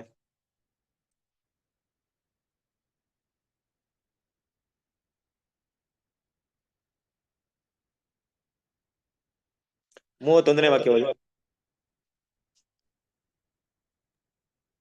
ಆತನು ಭೂಲೋಕದಲ್ಲಿ ಉಲ್ಲಾಸಿಸ್ತಾ ಮಾನವ ಸಂತಾನದಲ್ಲಿ ಹರ್ಷಿಸ್ತಾ ಇದ್ದನು. ನೋಡಿದ್ರಾ, ಆತನು ಭೂಲೋಕದಲ್ಲಿ ಉಲ್ಲಾಸಿತ ಮಾನವ ಸಂತಾನದಲ್ಲಿ ಹರ್ಷಿಸುತ್ತಾ ಇದ್ದನು. ನೀವು KJL ಓದಿದಾಗ ಆತನು ಭೂಮಿಯ ವಾಸಸ್ಥಳದ ಭಾಗದಲ್ಲಿ ಸಂತೋಷಿಸುತ್ತಿದ್ದೇನು, ಮನುಷ್ಯ ಕುಮಾರನೊಂದಿಗೆ ನನ್ನ ಆನಂದವಿತ್ತು ಅಂತ ಹೇಳ್ತಿದ್ದೆ ಅಲ್ವಾ. ಸೊ ಅಷ್ಟ್ರ ಮಟ್ಟಿಗೆ ಭೂಮಿಯ ಮನುಷ್ಯರ ಜೊತೆಗೆ ಅಷ್ಟು ಕ್ಲೋಸ್ ಆಗ್ಬಿಟ್ಟಿದ್ರು ಯೇಸು ಕ್ರಿಸ್ತನು. ಇಷ್ಟು ಸಂತೋಷ ಆಯ್ತು. ಈಗ ನೋಡ್ರಿ, ನಮ್ಗೂ ಕೂಡ ಅಷ್ಟೇ, ಎಲ್ರಿಗೂ ಕೂಡ ದೇವ್ರ ಮಕ್ಳು ಅರ್ಥ ಮಾಡ್ಕೊಳ್ಳಿ. ಮನುಷ್ಯರ ನಮ್ಮ ಭಾವನೆಗಳ ಅರ್ಥ ಮಾಡ್ಕೊಳ್ಳೋ ನಮ್ ಜೊತೆಗಿದ್ದಾಗ, ನಮ್ಮನ್ನ ಪ್ರೀತಿ ಮಾಡೋ ನಮ್ ಜೊತೆಗಿದ್ದಾಗ, ನಮ್ಮನ್ನ ಬಿಟ್ಟು ಅಗಲಿ ಹೋದಾಗ ತುಂಬಾ ಕಷ್ಟವಾಗುತ್ತೆ. ಈಗ ನೋಡಿ, ಈಗ ಪಾಪ ಮಾಡಿದ್ಮೇಲೆ ಯಾವುದೇ ಕರುಣೆ ಇಲ್ಲದೆ, ಯಾವುದೇ ದಯೆ ಇಲ್ಲದೆ ಅವ್ರನ್ನ ಅಟ್ಟಿಸ್ಬೇಕಾಯ್ತು. ಏದನ್ ತೋಟದಿಂದ ಮಾತ್ರವಲ್ಲ, ದೇವರ ಸನ್ನಿಧಿಯಿಂದನೇ ದೂರವಾದ್ರು. ಯೇಸು ಕ್ರಿಸ್ತನ್ ಕಮ್ಯುನಿಕೇಟ್ ಮಾಡಕ್ ಆಗ್ತಿತ್ತ ಮೊದ್ಲು ತರ? ಮನುಷ್ಯರ ಹತ್ರ ಹೋಗಿ ಭೂಮಿಗೆ ಹೋಗ್ತಾ ಇದ್ರು, ಆದಮ್ ನೋಡ್ತಾ ಇದ್ರು, ಆ ಸೌಂಡ್ ಕೇಳ್ತಾ ಇತ್ತು, ಮಾತಾಡ್ತಾ ಇದ್ರು. ಎಷ್ಟೆಲ್ಲ ಕಮ್ಯುನಿಕೇಶನ್ ಆಗಿರುತ್ತೆ ಗೊತ್ತಿಲ್ಲ ನಮಗೆ. ಕೆಲವೊಂದು ವಿಷಯಗಳು ಮಾತ್ರ ಆದಿಕಾಂಡದಲ್ಲಿ ಬರೆಯಲ್ಪಟ್ಟಿದೆ. ಎಷ್ಟೆಲ್ಲ ಬಂದು ಮಾತಾಡಿರ್ಬೋದು, ಏನೆಲ್ಲ ಹೇಳ್ಕೊಟ್ಟಿರ್ಬೋದು ಆದಾಮನಿಗೆ, ಯೇಸು ಕ್ರಿಸ್ತನ್ ಗೊತ್ತಿಲ್ಲ. ಮನುಷ್ಯರ ಜೊತೆಗೆ ಸಂತೋಷವಾಗಿದ್ದಂತ ಕಾಲವಿತ್ತು. ಯೇಸು ಕ್ರಿಸ್ತನ್ ಭೂಮಿಗೆ ಬಂದು ಸಂತೋಷವಾಗಿ ಅವ್ರ ಜೊತೆಗೆ ಆನಂದವಾಗಿ, ಏನ್ ಸೃಷ್ಟಿಯಪ್ಪ ಇದು, ದೇವರ ಸೃಷ್ಟಿ, ಅವ್ರ ಜೊತೆಗೆ ತುಂಬಾ ಕ್ಲೋಸ್ ಆಗಿರುವಂತ ಸಮಯಗಳಿತ್ತು. ಆದ್ರೆ ಪಾಪ ಮಾಡಿದ್ಮೇಲೆ ಯಾವುದೇ ಕಾರಣಕ್ಕ ಒಂದು ಏನಾಗಲ್ಲ, ಆ ರಿಲೇಷನ್ ಕಂಟಿನ್ಯೂ ಮಾಡಕ್ಕಾಗುತ್ತಾ? ಆಗಲ್ಲ. ಎಷ್ಟೇ ಪ್ರೀತಿಯಾಗಿದ್ರು, ಈಗ ಅದನ್ನ ದೇವ್ರ ಟೆಸ್ಟ್ ಇರೋದು. ನೋಡಿ, ಯೇಸು ಕ್ರಿಸ್ತನ್ ಒಂದು ಟೆಸ್ಟ್ ಇತ್ತು. ಈಗ ಮನುಷ್ಯನ ಪ್ರೀತಿ ಮಾಡ್ತಾರ, ಇಲ್ಲ ದೇವ್ರ ಪ್ರೀತಿ ಮಾಡ್ತಾರ? ಅಂದ್ರೆ ದೇವ್ರ ಪ್ರೀತಿ ಮಾಡ್ತಾರ ಅಂದ್ರೆ ಮನುಷ್ಯನ ಬಿಟ್ಬಿಡ್ಬೇಕು. ಮನುಷ್ಯರು ಅನುಭವಿಸಿದ ಕಷ್ಟದಲ್ಲಿ ಬಿಟ್ಬಿಡ್ಬೇಕು ಅವ್ರನ್ನ. ಎಷ್ಟೇ ಕಷ್ಟ, ಎಷ್ಟೇ ಎಷ್ಟೋ ಪ್ರೀತಿ ಇದ್ರು ಅವ್ರ ಮೇಲೆ, ನೀತಿ ಕೂಡ ತುಂಬಾ ಮುಖ್ಯವಾಗುತ್ತೆ. ನೀತಿನ ಬ್ರೇಕ್ ಮಾಡಿದ್ಮೇಲೆ ಪ್ರೀತಿಯಲ್ಲಿ ಮುಂದುವರಿಯಲ್ಲ. ಯಾವಾಗ ನೀತಿ ಬ್ರೇಕ್ ಆಗುತ್ತೋ ಪ್ರೀತಿ ಸ್ಟಾಪ್ ಆಯ್ತು. ನೋಡ್ರಿ, ಯೋಚನೆ ಮಾಡ್ರಿ, ಈ ರೀತಿ ಇದ್ದಂತ ಯೇಸು ಕ್ರಿಸ್ತನು, ದೇವರೇ ನಾನು ಮನುಷ್ಯರಿಗೋಸ್ಕರ ನನ್ಗೆ ಏನಾದ್ರು ಮಾಡ್ಬೇಕಂತಿದ್ರೆ, ದೇವ್ರು ಮಾತ್ರ ಇಲ್ಲಪ್ಪ ನೀನ್ ಹೋಗ್ಬೇಕಾಗಿಲ್ಲ, ನೀನ್ ನನ್ನ ಮಗ, ಅವ್ರಿಗೋಸ್ಕರ ಯಾಕೆ ಹೋಗ್ತೀಯ ಅಂತ ಹೇಳಿದ್ರೆ, ಖಂಡಿತವಾಗ್ಲು ಏನ್ ಮಾಡ್ತಾ ಇರ್ಲಿಲ್ಲ ಯೇಸು ಕ್ರಿಸ್ತನು, ಹೋಗುವಂತ ಸಾಧ್ಯತೆಗಳು ಇರ್ತಿರ್ಲಿಲ್ಲ. ಕರೆಕ್ಟ್ ಅಲ್ವಾ? ದೇವ್ರು ಕೂಡ ಏನ್ ಮಾಡ್ತಿದ್ರು, ದೇವ್ರು ಈ ರೀತಿ ಮಾಡಿದ್ರ ಅಂತ ನೋಡೋದು, ದೇವ್ರು ಆ ರೀತಿ ಮಾಡಿಲ್ಲ. ದೇವ್ರು ಏನ್ ಮಾಡ್ತಾರಂದ್ರೆ, ಇಲ್ಲ ನೀನ್ ಭೂಮಿಗೆ ಹೋಗ್ಬೇಕು, ನೀನ್ ನನ್ ಮಗನೇ ಆದ್ರೆ ಭೂಮಿಗೆ ಹೋಗ್ಬೇಕು. ನನ್ ಮಗನಾಗಿದ್ರು ಕೂಡ ಭೂಮಿಗೆ ಹೋಗ್ಬೇಕಂದ್ರೆ ಏನಪ್ಪಾ ಅರ್ಥ ಅಂದ್ರೆ, ನೀನು ನನ್ನ ಮಗ ಅನ್ನುವಂತ ಆ ಒಂದು ಹೆಸರು ಇದೆಯಲ್ಲ, ಅದು ನಿನ್ನ ಸ್ಥಳದ ಬದಲಾವಣೆ ಆಗೋದ್ರಿಂದ ಎಲ್ಲೂ ಕೂಡ ಅದು ಚೇಂಜ್ ಆಗಲ್ಲ. ನೀನ್ ನನ್ನ ಮಗ ಅಂದ್ರೆ ಮಗ, ನೀನ್ ಭೂಮಿಯಲ್ಲಿ ಇರ್ಬೋದು, ಎಲ್ಲಿದ್ರು ಕೂಡ ನನ್ನ ಮಗನಾಗಿರ್ಬೇಕು. ಅಂದ್ರೆ ಏನ್ ಅರ್ಥವಾಯ್ತು ಇಲ್ಲಿ? ಯಾವ ವಿಷಯ ತುಂಬಾ ಮುಖ್ಯವಾಗುತ್ತೆ? ಇಲ್ಲಿ ದೇವರು ಸೃಷ್ಟಿ ಮಾಡಿದಂತ ಪರಿಪೂರ್ಣತೆ ಮುಖ್ಯವಾಗಿ ಬರಲ್ಲ, ಬದಲಾಗಿ ಅವ್ರು ತೋರಿಸುವಂತ ಗುಣ ಮುಖ್ಯ ಬರುತ್ತೆ. ನೀನು ಯಾವುದೇ ಸ್ಥಳದಲ್ಲಿದ್ರು ನನ್ನ ಮಗ ಅಂತ ಪ್ರೂವ್ ಮಾಡ್ಬೇಕು, ಅಷ್ಟೇ ವಿಷಯ. ಮಗನಿಗೆ ಬೇಕಾದಂತ ಕ್ವಾಲಿಟಿ ನಿನ್ನಲ್ಲಿ ಇದೆ ಅಂತ ನಿರೂಪಿಸಿ ತೋರಿಸ್ಬೇಕು. ಒಂದ್ ವೇಳೆ ನನ್ನ ಪರಲೋಕದಲ್ಲಿ ಇದ್ರು ಸರಿ, ನಿನ್ನ ಭೂಮಿಗೆ ಕಳ್ಸಿದ್ರೆ ಸರಿ. ಈಗ ಕರ್ತನಾದ ಯೇಸು ಕ್ರಿಸ್ತನು ಭೂಮಿಗೆ ಬರ್ತಾರೆ. ಈ ಮೊದಲನೇ ಹಂತವನ್ನ ನಾವು ನೋಡ್ತೀವಿ. ಮೊದಲನೇ ಹಂತ ಯಾವ ಅಂತ ನೋಡ್ತೀವಿ ಅಂದ್ರೆ, ಆ ದೂತರ ಒಂದು ಸ್ಥಾನವನ್ನ ಬಿಡೋದಿದೆಯಲ್ಲ. ದೂತರ ಸ್ಥಾನ ಅಂದ್ರೆ ದೇವ್ರ ಮಕ್ಳು ನಾವೆಲ್ಲ ಅರ್ಥ ಮಾಡ್ಕೊಳ್ಳೋಣ. ಇದನ್ನ ಕೂಡ ಮೊದಲೇ ನಾವು ಕೇಳಿದ್ವಿ ಈ ಪಾಠವನ್ನ. ಏನಪ್ಪಾ ಅಂದ್ರೆ, ನಮ್ಮ ಒಂದು ಜೀವನದಲ್ಲೇ ನಮ್ದೊಂದು ಪೊಸಿಷನ್ ಇದೆ ಅಂತ ಇಟ್ಕೊಳ್ಳಿ. ನಮ್ ಪೊಸಿಷನ್ ಅಂತ ನಾವು ಮಾತಾಡಿದಾಗ ಎರಡು ರೀತಿಯಲ್ಲಿ ಇರುತ್ತೆ. ಒಂದು ನಮ್ಗೆ ಬರುವಂತ ಆದಾಯ, ಇನ್ನೊಂದು ನಮ್ಮ ಹೆಸರು, ನಮ್ಮ ಸ್ಥಾನಮಾನ. ಎರಡನ್ನ ತಗೊಳ್ಳೋಣ. ಆದಾಯ ಅಂದ್ರೆ ಏನು? ಒಂದ್ ಕೆಲ್ಸದಲ್ಲಿ ಇದೀನಿ, ನನ್ಗೊಂದು ಸ್ಯಾಲ್ರಿ ಬರ್ತಾ ಇದೆ. ಪ್ರಮೋಷನ್ ಅಂದ್ರೆ ಸ್ಯಾಲ್ರಿ ಇನ್ಕ್ರೀಸ್ ಆಗುತ್ತೆ. ನನಗೊಂದು ಇಷ್ಟು ಅಮೌಂಟ್ ಬರ್ತಿದೆ ಅಂದ್ರೆ ಮುಂದಿನ ಒಂದು ತಿಂಗಳು ಸ್ವಲ್ಪ ಇನ್ಕ್ರೀಸ್ ಆದ್ರೆ ಸಂತೋಷವಾಗುತ್ತೆ. ಕಡಿಮೆ ಆದ್ರೆ, ಡಿಪ್ರಮೋಟ್ ಆದ್ರೆ ಯಾರು ಸಂತೋಷ ಆಗುತ್ತೆ? ಅಂದ್ರೆ ಯಾರಿಗೂ ಕೂಡ ತನ್ನ ಸ್ಥಳದಿಂದ, ತಾನು ಸಿಕ್ಕಿರುವಂತ ಒಂದು ಸ್ಥಾನಮಾನದಿಂದ, ತನಗೆ ಸಿಕ್ಕಿರುವಂತ ಒಂದು ಪ್ರಾಮುಖ್ಯತೆಯಿಂದ ಒಂದು ಸ್ವಲ್ಪ ಕೂಡ ಕೆಳಗಡೆ ಬರಕ್ಕೆ ಯಾರು ಇಷ್ಟ ಆಗಲ್ಲ. ಕರೆಕ್ಟ್ ಅಲ್ವಾ? ಪ್ರತಿಯೊಬ್ಬ ಮನುಷ್ಯರ ಹಾಗೆ ತುಂಬಾ ಕಷ್ಟವಾಗುತ್ತೆ. 1,000 ರೂಪಾಯಿ ಸ್ಯಾಲ್ರಿ ಕಡಿಮೆ ಆದ್ರೆ ಸಾಕು, ನಮ್ಗೆ ಕೇಳಿ ತುಂಬಾ ಕಷ್ಟ ಆಗುತ್ತೆ. ಆದ್ರೆ ನಮ್ಮ ಪೊಸಿಷನ್ ಸ್ವಲ್ಪ ಕಡಿಮೆ ಮಾಡಿದ್ರೆ ಕಷ್ಟವಾಗುತ್ತೆ. ಆದ್ರೆ ದೇವರಿಗೆ ಸಮವಾಗಿರುವಂತಹ ಸ್ಥಾನವನ್ನ ಬಿಡ್ಬೇಕಲ್ವಾ? ಈಗ ಸ್ಥಾನವನ್ನ ಬಿಟ್ಟು ಏನ್ ಮಾಡ್ಬೋದಾಯ್ತು? ದೇವರ ಸೃಷ್ಟಿಯಲ್ಲಿ ಮೊದಲನೇ ಸೃಷ್ಟಿ ಅಂತ ಸ್ಥಾನವನ್ನ ಬಿಟ್ಟು ಆಯ್ತು, ದೂತರೊಳು ಒಬ್ಬರಾಗಿದ್ರು ಕೂಡ ಕಷ್ಟನೇ. ಅದ್ರ ದೂತರ ಸ್ಥಾನವನ್ನೇ ಕಂಪ್ಲೀಟ್ ಆಗಿ ಬಿಡ್ಬೇಕಂದ್ರೆ ಅದರಿಂದಲೇ ಏನಾಯ್ತು ಅಂದ್ರೆ ದೇವರು ಭೂಮಿಗೆ ಮನುಷ್ಯನಾಗಿ ಬರ್ಬೇಕಾದ್ರೆ ಕರ್ತನಾದ ಯೇಸು ಕ್ರಿಸ್ತನ ಇಬ್ರಿಯದಲ್ಲಿ ಓದ್ತೀವಿ, ನನಗೆ ಒಂದು ಶರೀರವನ್ನು ಸಿದ್ಧ ಮಾಡಿದ್ದೀರಿ ಅಲ್ವಾ. ಈ ಭೂಮಿಗೆ ಬಂದು ಈ ಭೂಮಿಯಲ್ಲಿ 30 ವಯಸ್ಸುವರೆಗೆ ಏನ್ ಮಾಡ್ತಾರೆ, ಒಬ್ಬ ಮನುಷ್ಯನಾಗಿ ಬದುಕಿ ನೋಡ್ರಿ, ಕ್ರಿಸ್ತನು ತನ್ನ ಪರಿಪೂರ್ಣತೆನ ತೋರಿಸ್ಬೇಕು, ತಾನು ದೇವ್ರ ಮಗು ಅಂತ ಪ್ರೂಫ್ ಮಾಡ್ಬೇಕು. ಈಗ ಪ್ರೂವ್ ಮಾಡೋದಕ್ಕೆ ಏನೆಲ್ಲ ಹಂತಗಳಿದೆ ಅಂದ್ಬಿಟ್ಟು 30 ವಯಸ್ಸುವರೆಗೆ ಬದುಕಿ 30 ವಯಸ್ಸಿನಲ್ಲಿ ಏನ್ ಮಾಡ್ತಾರೆ, ದೀಕ್ಷಾ ಸ್ನಾನವನ್ನ ಕೊಡಕ್ ಬರ್ಬೇಕಾದ್ರೆ ಈ ಮಾತು ಬರುತ್ತೆ. ಏನ್ ಮಾತು ಬರುತ್ತೆ, ನಾವ್ ಆಗ್ಲೇ ಓದಿದ್ವಲ್ಲ, ಏನ್ ಮಾತು ಬಂತು, ಈತನು ಪ್ರಿಯನಾಗಿರುವ ನನ್ನ ಮಗನು ಅಂತ. ಯಾಕೆ ಈ ಮಾತು ಬಂತು, ಅಂದ್ರೆ ಈ 30 ವಯಸ್ಸುವರೆಗೆ ಧರ್ಮಶಾಸ್ತ್ರದ ಪ್ರಕಾರವಾಗಿ ಯೇಸು ಕ್ರಿಸ್ತ ಲೈಫ್ ಲೀಡ್ ಮಾಡಬಹುದಾಯ್ತು. ಧರ್ಮಶಾಸ್ತ್ರದ ಪ್ರಕಾರ ಲೈಫ್ ಲೀಡ್ ಮಾಡಿದ್ರೆ ಇಡೀ ಲೋಕ ಯೇಸು ಕ್ರಿಸ್ತನ್ಗೆ, ಕರೆಕ್ಟಾ? ಯಾಕಂದ್ರೆ ಆದಾಮ್ ಪರಿಪೂರ್ಣವಾದಂತ ವ್ಯಕ್ತಿ ಆದಂತ ಆದಾಮ್ ಈ ಭೂಮಿನ ಆಳ್ವಿಕೆ ಮಾಡೋದನ್ನ ಕಲ್ಕೊಂಡ್ಮೇಲೆ ನೆಕ್ಸ್ಟ್ ಆ ಒಂದು ಯೋಗ್ಯತೆ ಯಾರಿಗಪ್ಪ ಇರೋದಂದ್ರೆ ಇನ್ನೊಬ್ಬ ಪರಿಪೂರ್ಣವಾದಂತ ವ್ಯಕ್ತಿಗೆ. ಈಗ 30 ವಯಸ್ಸುವರೆಗೆ ಯೇಸು ಕ್ರಿಸ್ತ ಏನಾದಂದ್ರೆ ಪರಿಪೂರ್ಣ, ಅಂದ್ರೆ ದೇವರಿಗೆ ಕೊಟ್ಟಂತ ಆಜ್ಞೆಗಳನ್ನ ಫಾಲೋ ಮಾಡಿ ಅವ್ರಿಗೆ ಲೈಫ್ ಇದೆ, ಪರಿಪೂರ್ಣವಾದ ವ್ಯಕ್ತಿ ಅಂತ ಪ್ರೂವ್ ಮಾಡ್ಬಿಟ್ಟಿದ್ದಾರೆ. ಈಗ ಇಡೀ ಪ್ರಪಂಚ ಯಾರಿಗಿದೆ, ಯೇಸು ಕ್ರಿಸ್ತನ್ಗೆ ಇದೆ. ಅದನ್ನ ಅನುಭವಿಸುವಂತ ಯೋಗ್ಯತೆ, ಅದಕ್ಕೆ ಬೇಕಂತ ಎಲ್ಲ ಅರ್ಹತೆ ಯಾರಿಗಿದೆ ಅಂದ್ರೆ ಯೇಸು ಕ್ರಿಸ್ತನ್ಗೆ ಇದೆ. ಆದ್ರೆ ಅದನ್ನೂ ಬೇಡ ಅಂತ ಅವ್ರು ಬಿಟ್ಕೊಟ್ರು ನೋಡ್ರಿ, ಅದು ದೇವರಿಗೆ ತುಂಬಾ ಇಷ್ಟವಾಯ್ತು. ಬೇಡ, ನನಗೆ ಇದೆಲ್ಲ ಯಾವ್ದು ಬೇಡ, ನಾನು ಮಾಡಕ್ ಬಂದಿರೋಂತ ಕೆಲಸವನ್ನ ಮಾಡಕ್ ಹೋಗ್ತೀನಿ, ನಾನು ದೇವ್ರ ಮಗನಾಗಿರ್ಬೇಕು, ನಾನು ಇಲ್ಲಿ ರಾಜನಾಗಿರೋದು ನನಗೆ ಇಷ್ಟ ಇಲ್ಲ. ಅದೇ ಅವ್ರ ಭಾವನೆ ಹೆಂಗಪ್ಪ ಅಂದ್ರೆ, ಇಡೀ ಲೋಕ ನನ್ನನ್ನ ರಾಜ ಅನ್ನೋದು ನನ್ ಮುಖ್ಯ ಅಲ್ಲ, ಆದ್ರೆ ದೇವ್ರು ನನ್ನ ಮಗ ಅನ್ಬೇಕು. ಇಡೀ ಲೋಕ ನನ್ನ ರಾಜಾದಿ ರಾಜ ಅಂತ ಕರ್ಸ್ಕೊಳಕ್ಕಿಂತ ಹೆಚ್ಚಾಗಿ ನಾನು ದೇವರಿಗೆ ಮಗ ಅಂತ ಕರ್ಸ್ಕೊಳ್ಳೋದು ತುಂಬಾ ಸಂತೋಷ ಪಡ್ತೀನಿ. ಅದೇ ನನ್ ಬೇಕಾಗಿರೋದು. ಬೇಡ ಅಂತ ಬಿಟ್ರು. ಎರಡಲ್ವಾ ನೋಡ್ರಿ, ಅದಕ್ಕೆ ಈ ಮಾತು ಬಂದಿರೋದು ಮತ್ತೇನೋ ಸುವಾರ್ತೆ 3ನೇ ಅಧ್ಯಾಯ 17ನೇ ವಾಕ್ಯ, ಈತನು ಪ್ರಿಯನಾಗಿರುವಂತ ನನ್ನ ಮಗನು, ಈತನನ್ನು ನಾನು ಬಹಳವಾಗಿ ಮೆಚ್ಚಿದ್ದೇನೆ. ಅಂದ್ರೆ ದೇವರು ಈ ಮಾತನ್ನ ಯಾವ ರೀತಿಯಲ್ಲಿ ಇರ್ತಾರೆ, ಸುಮ್ನೆ ಏನೋ ಹೇಳಿರ್ತಾರ? ಇಲ್ಲ, ತುಂಬಾ ಇಷ್ಟ ಆಯ್ತು ಮಗ ನೀನ್ ಮಾಡಿದ ಕೆಲಸ, ನೀನಾಗೆ ಬಂದು ಸ್ಯಾಕ್ರಿಫೈಸ್ ಮಾಡ್ದೆ ನೋಡು, ನೀನ ಎಂಟೈರ್ 30 ವರ್ಷ ನೀನು ಅದನ್ನ ಸಂಪಾದನೆ ಮಾಡ್ಬಿಟ್ಟೆ ನೋಡು, ಎಲ್ಲೂ ಕೂಡ ಪಾಪ ಮಾಡ್ದೆ, ಎಲ್ಲೂ ಮಿಸ್ಟೇಕ್ ಮಾಡ್ದೆ. ಈ ಕೆಟ್ಟ ಪ್ರಪಂಚದಲ್ಲಿ, ಭೂಲೋಕದಲ್ಲಿ ನೀನೊಬ್ಬ ಮನುಷ್ಯನಾಗಿ ಹುಟ್ಟಿಸಿದ್ರು ಕೂಡ ನೀನು ಏನೇ ಪಾಪ ಮಾಡ್ದೆ ಆ ಲೈಫ್ ನ ಪಡ್ಕೊಂಡೆ ನೋಡು. ಲೈಫ್ ನಿನ್ನ ಹತ್ರ ಬಂದ್ಬಿಡ್ತಿ, ಈಗ ಪರಿಪೂರ್ಣವಾದ ವ್ಯಕ್ತಿ ಆಗ್ಬಿಟ್ಟಿದ್ಯಾ ನೀನು. ಆದ್ರೂ ಆ ಲೈಫ್ ಬೇಡ ಅಂತ ಬಿಟ್ಕೊಟ್ಬಿಟ್ಟಿದ್ಯಾ ನೋಡು. ನಿನ್ ತುಂಬಾ ಇಷ್ಟವಾಯ್ತು ನನಗೆ, ನೀನ್ ನನಗೆ ಮೆಚ್ಚುಗೆ ಆಗಿದ್ಯಾ, ನಿನ್ಗೆ ನನ್ ಪ್ರಿಯನಾದ ಮಗನಾಗಿದ್ಯಾ ಅಂತ ಏನ್ ಮಾಡಿದ್ರು, ಅಲ್ಲೇ ಹೇಳಿದ್ರಾ ದೇವ್ರು, ಕರೆಕ್ಟಾ? ಹಾಗನ್ಬಿಟ್ಟು ಯೇಸು ಕ್ರಿಸ್ತನು ಅದನ್ನ ಬಿಟ್ಕೊಟ್ಮೇಲೆ ಆ 3.5 ವರ್ಷದಲ್ಲಿ ಪಾಪ ಮಾಡುವಂತ ಸಾಧ್ಯತೆಗಳು ಇರ್ಲಿಲ್ವಾ? ಈಗ ದೇವರು ದೀಕ್ಷಾ ಸ್ನಾನದಲ್ಲಿ ಮಾತನ್ನ ಹೇಳಿದ್ದಾರೆ, ಹಾಗಂತ 3.5 ವರ್ಷದಲ್ಲಿ ಯೇಸು ಕ್ರಿಸ್ತನು ಎಲ್ಲಿ ಬೇಕಾದ್ರೂ ಪಾಪ ಮಾಡುವುದಕ್ಕೆ ಸಾಧ್ಯತೆಗಳು ಇರ್ಲಿಲ್ವಾ? ಇತ್ತಲ್ವಾ? ಯಾಕಂದ್ರೆ ಈಗ ನೋಡಿ, ಈಗ ಇನ್ನು ಸ್ಟೇಜ್ ಸ್ವಲ್ಪ ಮೇಲೋಗ್ಬಿಟ್ಟಿದ್ದಾರೆ, ಇನ್ನು ಕಠಿಣವಾದಂತ ಒಂದು ಕೋರ್ಸ್ ತಗೊಳ್ತಿದ್ದಾರೆ. ಹಾಗಂತ ಇದು ಬಿಟ್ಟಿದ ತಕ್ಷಣಕ್ಕೆ ಅವ್ರಿಗೇನೋ ದೊಡ್ಡ ಬ್ಲೆಸ್ಸಿಂಗ್ ಏನ್ ಬರ್ಲಿಲ್ಲ, ಇನ್ನು ಕಷ್ಟ ಬಂತು ಅವ್ರಿಗೆ. ಈ 3.5 ವರ್ಷದ ಇನ್ನೂ ಟೆಸ್ಟ್ ಇದೆ ಅವ್ರಿಗೆ. ಈ 3.5 ವರ್ಷದಲ್ಲಿ ಆತನು ದೇವರ ಮಗನಾಗಿರುವಂತ ಅವಕಾಶವನ್ನ ಎಲ್ಲಿ ಬೇಕಾದ್ರೂ ಕಳ್ಕೊಬಹುದು, ಎಲ್ಲಿ ಬೇಕಾದ್ರೂ ಮಿಸ್ ಮಾಡ್ಕೊಬಹುದು. ಮಿಸ್ ಮಾಡೋದಕ್ಕೆ ತುಂಬಾ ಅವಕಾಶ ಇತ್ತು ಅವ್ರಿಗೆ, ತುಂಬಾ ಅವಕಾಶ ಅಂತ ಹೇಳಕ್ಕಾಗಲ್ಲ. ಕ್ರಿಸ್ತನಲ್ಲಿ ಪ್ರೀತಿಯ ಸಹೋದರರೇ, ತುಂಬಾ ಶೋಧನೆಗಳು ಬರ್ತಾ ಇತ್ತು ಅವ್ರಿಗೆ. ಹಲವಾರು ಬಾರಿ ದೇವರ ವಿಷಯಗಳಿಗೆ ವಿರುದ್ಧವಾಗಿ ಮಾಡುವಂತ ಕೆಲಸನ ಬರ್ತದೆ. ನಿಮ್ಗೆ ಗೊತ್ತಲ್ವಾ, ಯಾವಾಗ ದಿಶಸ್ನ ತಗೊಂಡ್ರು ತಕ್ಷಣ ಎಲ್ಲೋದ್ರು ಅವರು 40 ದಿನ ಅಡವಿಗೆ ಹೋದ್ರು. ಅಲ್ಲಿ ಬಂದಂತ ಶೋಧನೆ ನಿಮ್ಗೆ ಗೊತ್ತು. ಫಾರ್ ಎಕ್ಸಾಂಪಲ್, ಅಲ್ಲಿ ಒಂದು ಶೋಧನೆ ನಿಮ್ಗೆ ತಗೊಂಡಾಗ, ಈ ಕಳ್ಳನ ಏನ್ ಮಾಡು, ರೊಟ್ಟಿ ಮಾಡ್ತೀನೋ ಅಂತ ಹೇಳ್ತಾರೆ. ಆ ಯೇಸು ಕ್ರಿಸ್ತ ಮಾಡ್ಬಿಟ್ಟಿದ್ರೆ ತಪ್ಪಾಗ್ತಿತ್ತಾ? 5,000 ಜನಕ್ಕೆ 5 ರೊಟ್ಟಿ 2 ಮೀನ್ನ ಭಾಗ ಮಾಡಿ ಅದ್ಭುತ ಮಾಡಿ ಕೊಟ್ಟಿದ್ದಾರಪ್ಪ ಯೇಸು. ಅಲ್ಲಿ ಕೂಡ ಅದೇ ಅದ್ಭುತ ಮಾಡಿದ್ದಾರೆ. ಇದಿದ್ದೆ 5 ರೊಟ್ಟಿ 2 ಮೀನು, ಮಿರಾಕಲ್ ಮಾಡಿದ್ರು ಕೊಟ್ರು. ಇಲ್ಲಿ ಕೂಡ ಅದನ್ನೇ ಮಾಡ್ಬೋದಾಯ್ತಲ್ಲ, ಇಲ್ಲಿ ಬಿಗಿನಿಂಗ್ ಅಲ್ಲಿ ಮಾಡ್ಬೋದಾಯ್ತಲ್ಲ, ಯಾಕೆ ಮಾಡಿದ್ರೆ ಏನ್ ತಪ್ಪಾಗ್ತಿತ್ತು? ಮಾಡಿದ್ರೆ ಏನ್ ತಪ್ಪಾಗ್ತಿತ್ತು ಹೇಳಿ? ನಿಮ್ಗೆ ಗೊತ್ತಿರುವಂತ ಪಾಯಿಂಟ್ ಮಾತಾಡಿ.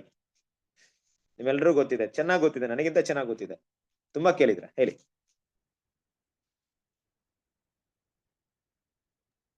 ಒಂದ್ ವೇಳೆ ಯೇಸು ಕ್ರಿಸ್ತನು ಆ ಕಳ್ಳನ ರೊಟ್ಟಿ ಮಾಡಿ ತಿಂದ್ರೆ ದೇವರ ದೃಷ್ಟಿಯಲ್ಲಿ ಏನ್ ತಪ್ಪಾಗ್ತಿತ್ತು?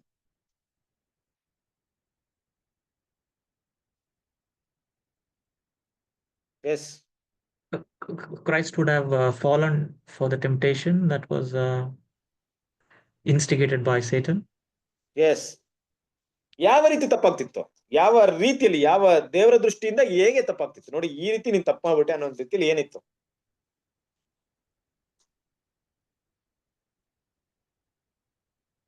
ಹೇಗಿತ್ತು ಗೊತ್ತಾ ಅದು?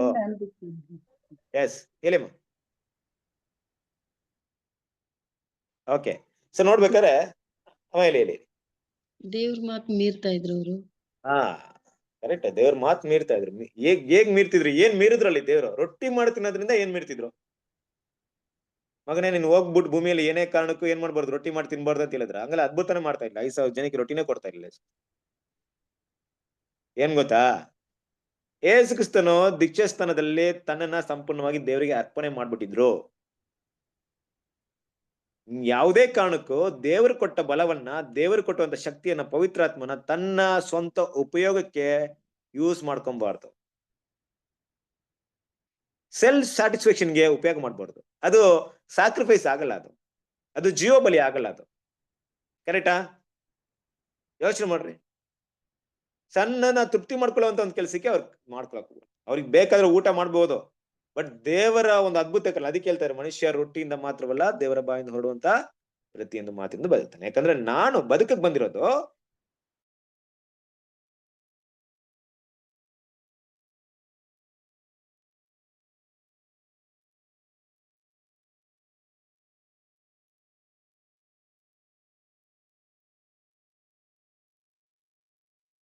ಬ್ರದರ್ ಏನು ಹೇಳ್ತಾ ಇರೋದು?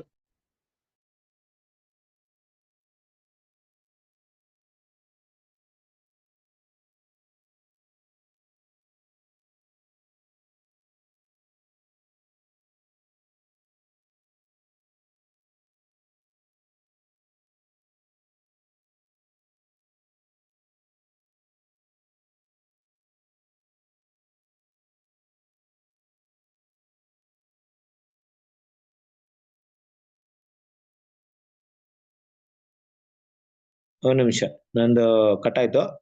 ನಾನು ಕೇಳಿಸ್ತಾ ಇದೀನಿ ನನ್ನ ವಾಯ್ಸ್ ನಿಮ್ಗೆ? ಓಕೆ, ನನ್ನ ಫೋನಲ್ಲಿ ನೆಟ್ವರ್ಕ್ ಏನೋ ಇಶ್ಯೂ ಇದೆ ಇಲ್ಲಿ. ಸೊ ನೋಡ್ಬೇಕಾರೆ ಏನಪ್ಪಾ ಅಲ್ಲಿ ಅಂದ್ರೆ, ಯಾವುದೇ ಕಾರಣಕ್ಕೂ ಯೇಸು ಕ್ರಿಸ್ತನ್ ತನ್ನ ಒಂದು ಸ್ವಾರ್ಥಕ್ಕೋಸ್ಕರ ಉಪಯೋಗ ಮಾಡ್ಬಾರ್ದು. ಅಂದ್ರೆ ಏನಕ್ಕೆ ಈ ಪಾಯಿಂಟ್ ಎಲ್ಲ ನಾವು ನೋಡಕ್ ಹೋಗ್ತಿದೀವಿ ಅಂದ್ರೆ, ಕರ್ತನಾದ ಯೇಸು ಕ್ರಿಸ್ತನು ದೇವರ ಮಗನಾಗಿರುವಂತ ಅವಕಾಶವನ್ನ ಎಲ್ಲಿ ಬೇಕಾದ್ರೂ ಕಲ್ಕೊಳ್ಳಕ್ಕೆ ಸಾಧ್ಯತೆ ಇತ್ತು ಅಲ್ವಾ? ಎಲ್ಲೂ ಕಲ್ಕೊಂಡಿಲ್ಲ, ಕಲ್ಕೊಳ್ದೆ ಮುಂದುವರೆದ್ರು ಅನ್ನೋದನ್ನ ನೀವ್ ಹೇಳ್ಬೇಕಾ, ನಾನ್ ಹೇಳ್ಬೇಕಾ, ದೇವ್ರು ಹೇಳ್ಬೇಕಾ? ಯಾರು ಹೇಳ್ತಿದ್ರು? ಅದು ಆ ಎವಿಡೆನ್ಸ್ ಯಾರಿಗ್ ಮಾತ್ರ ಗೊತ್ತು?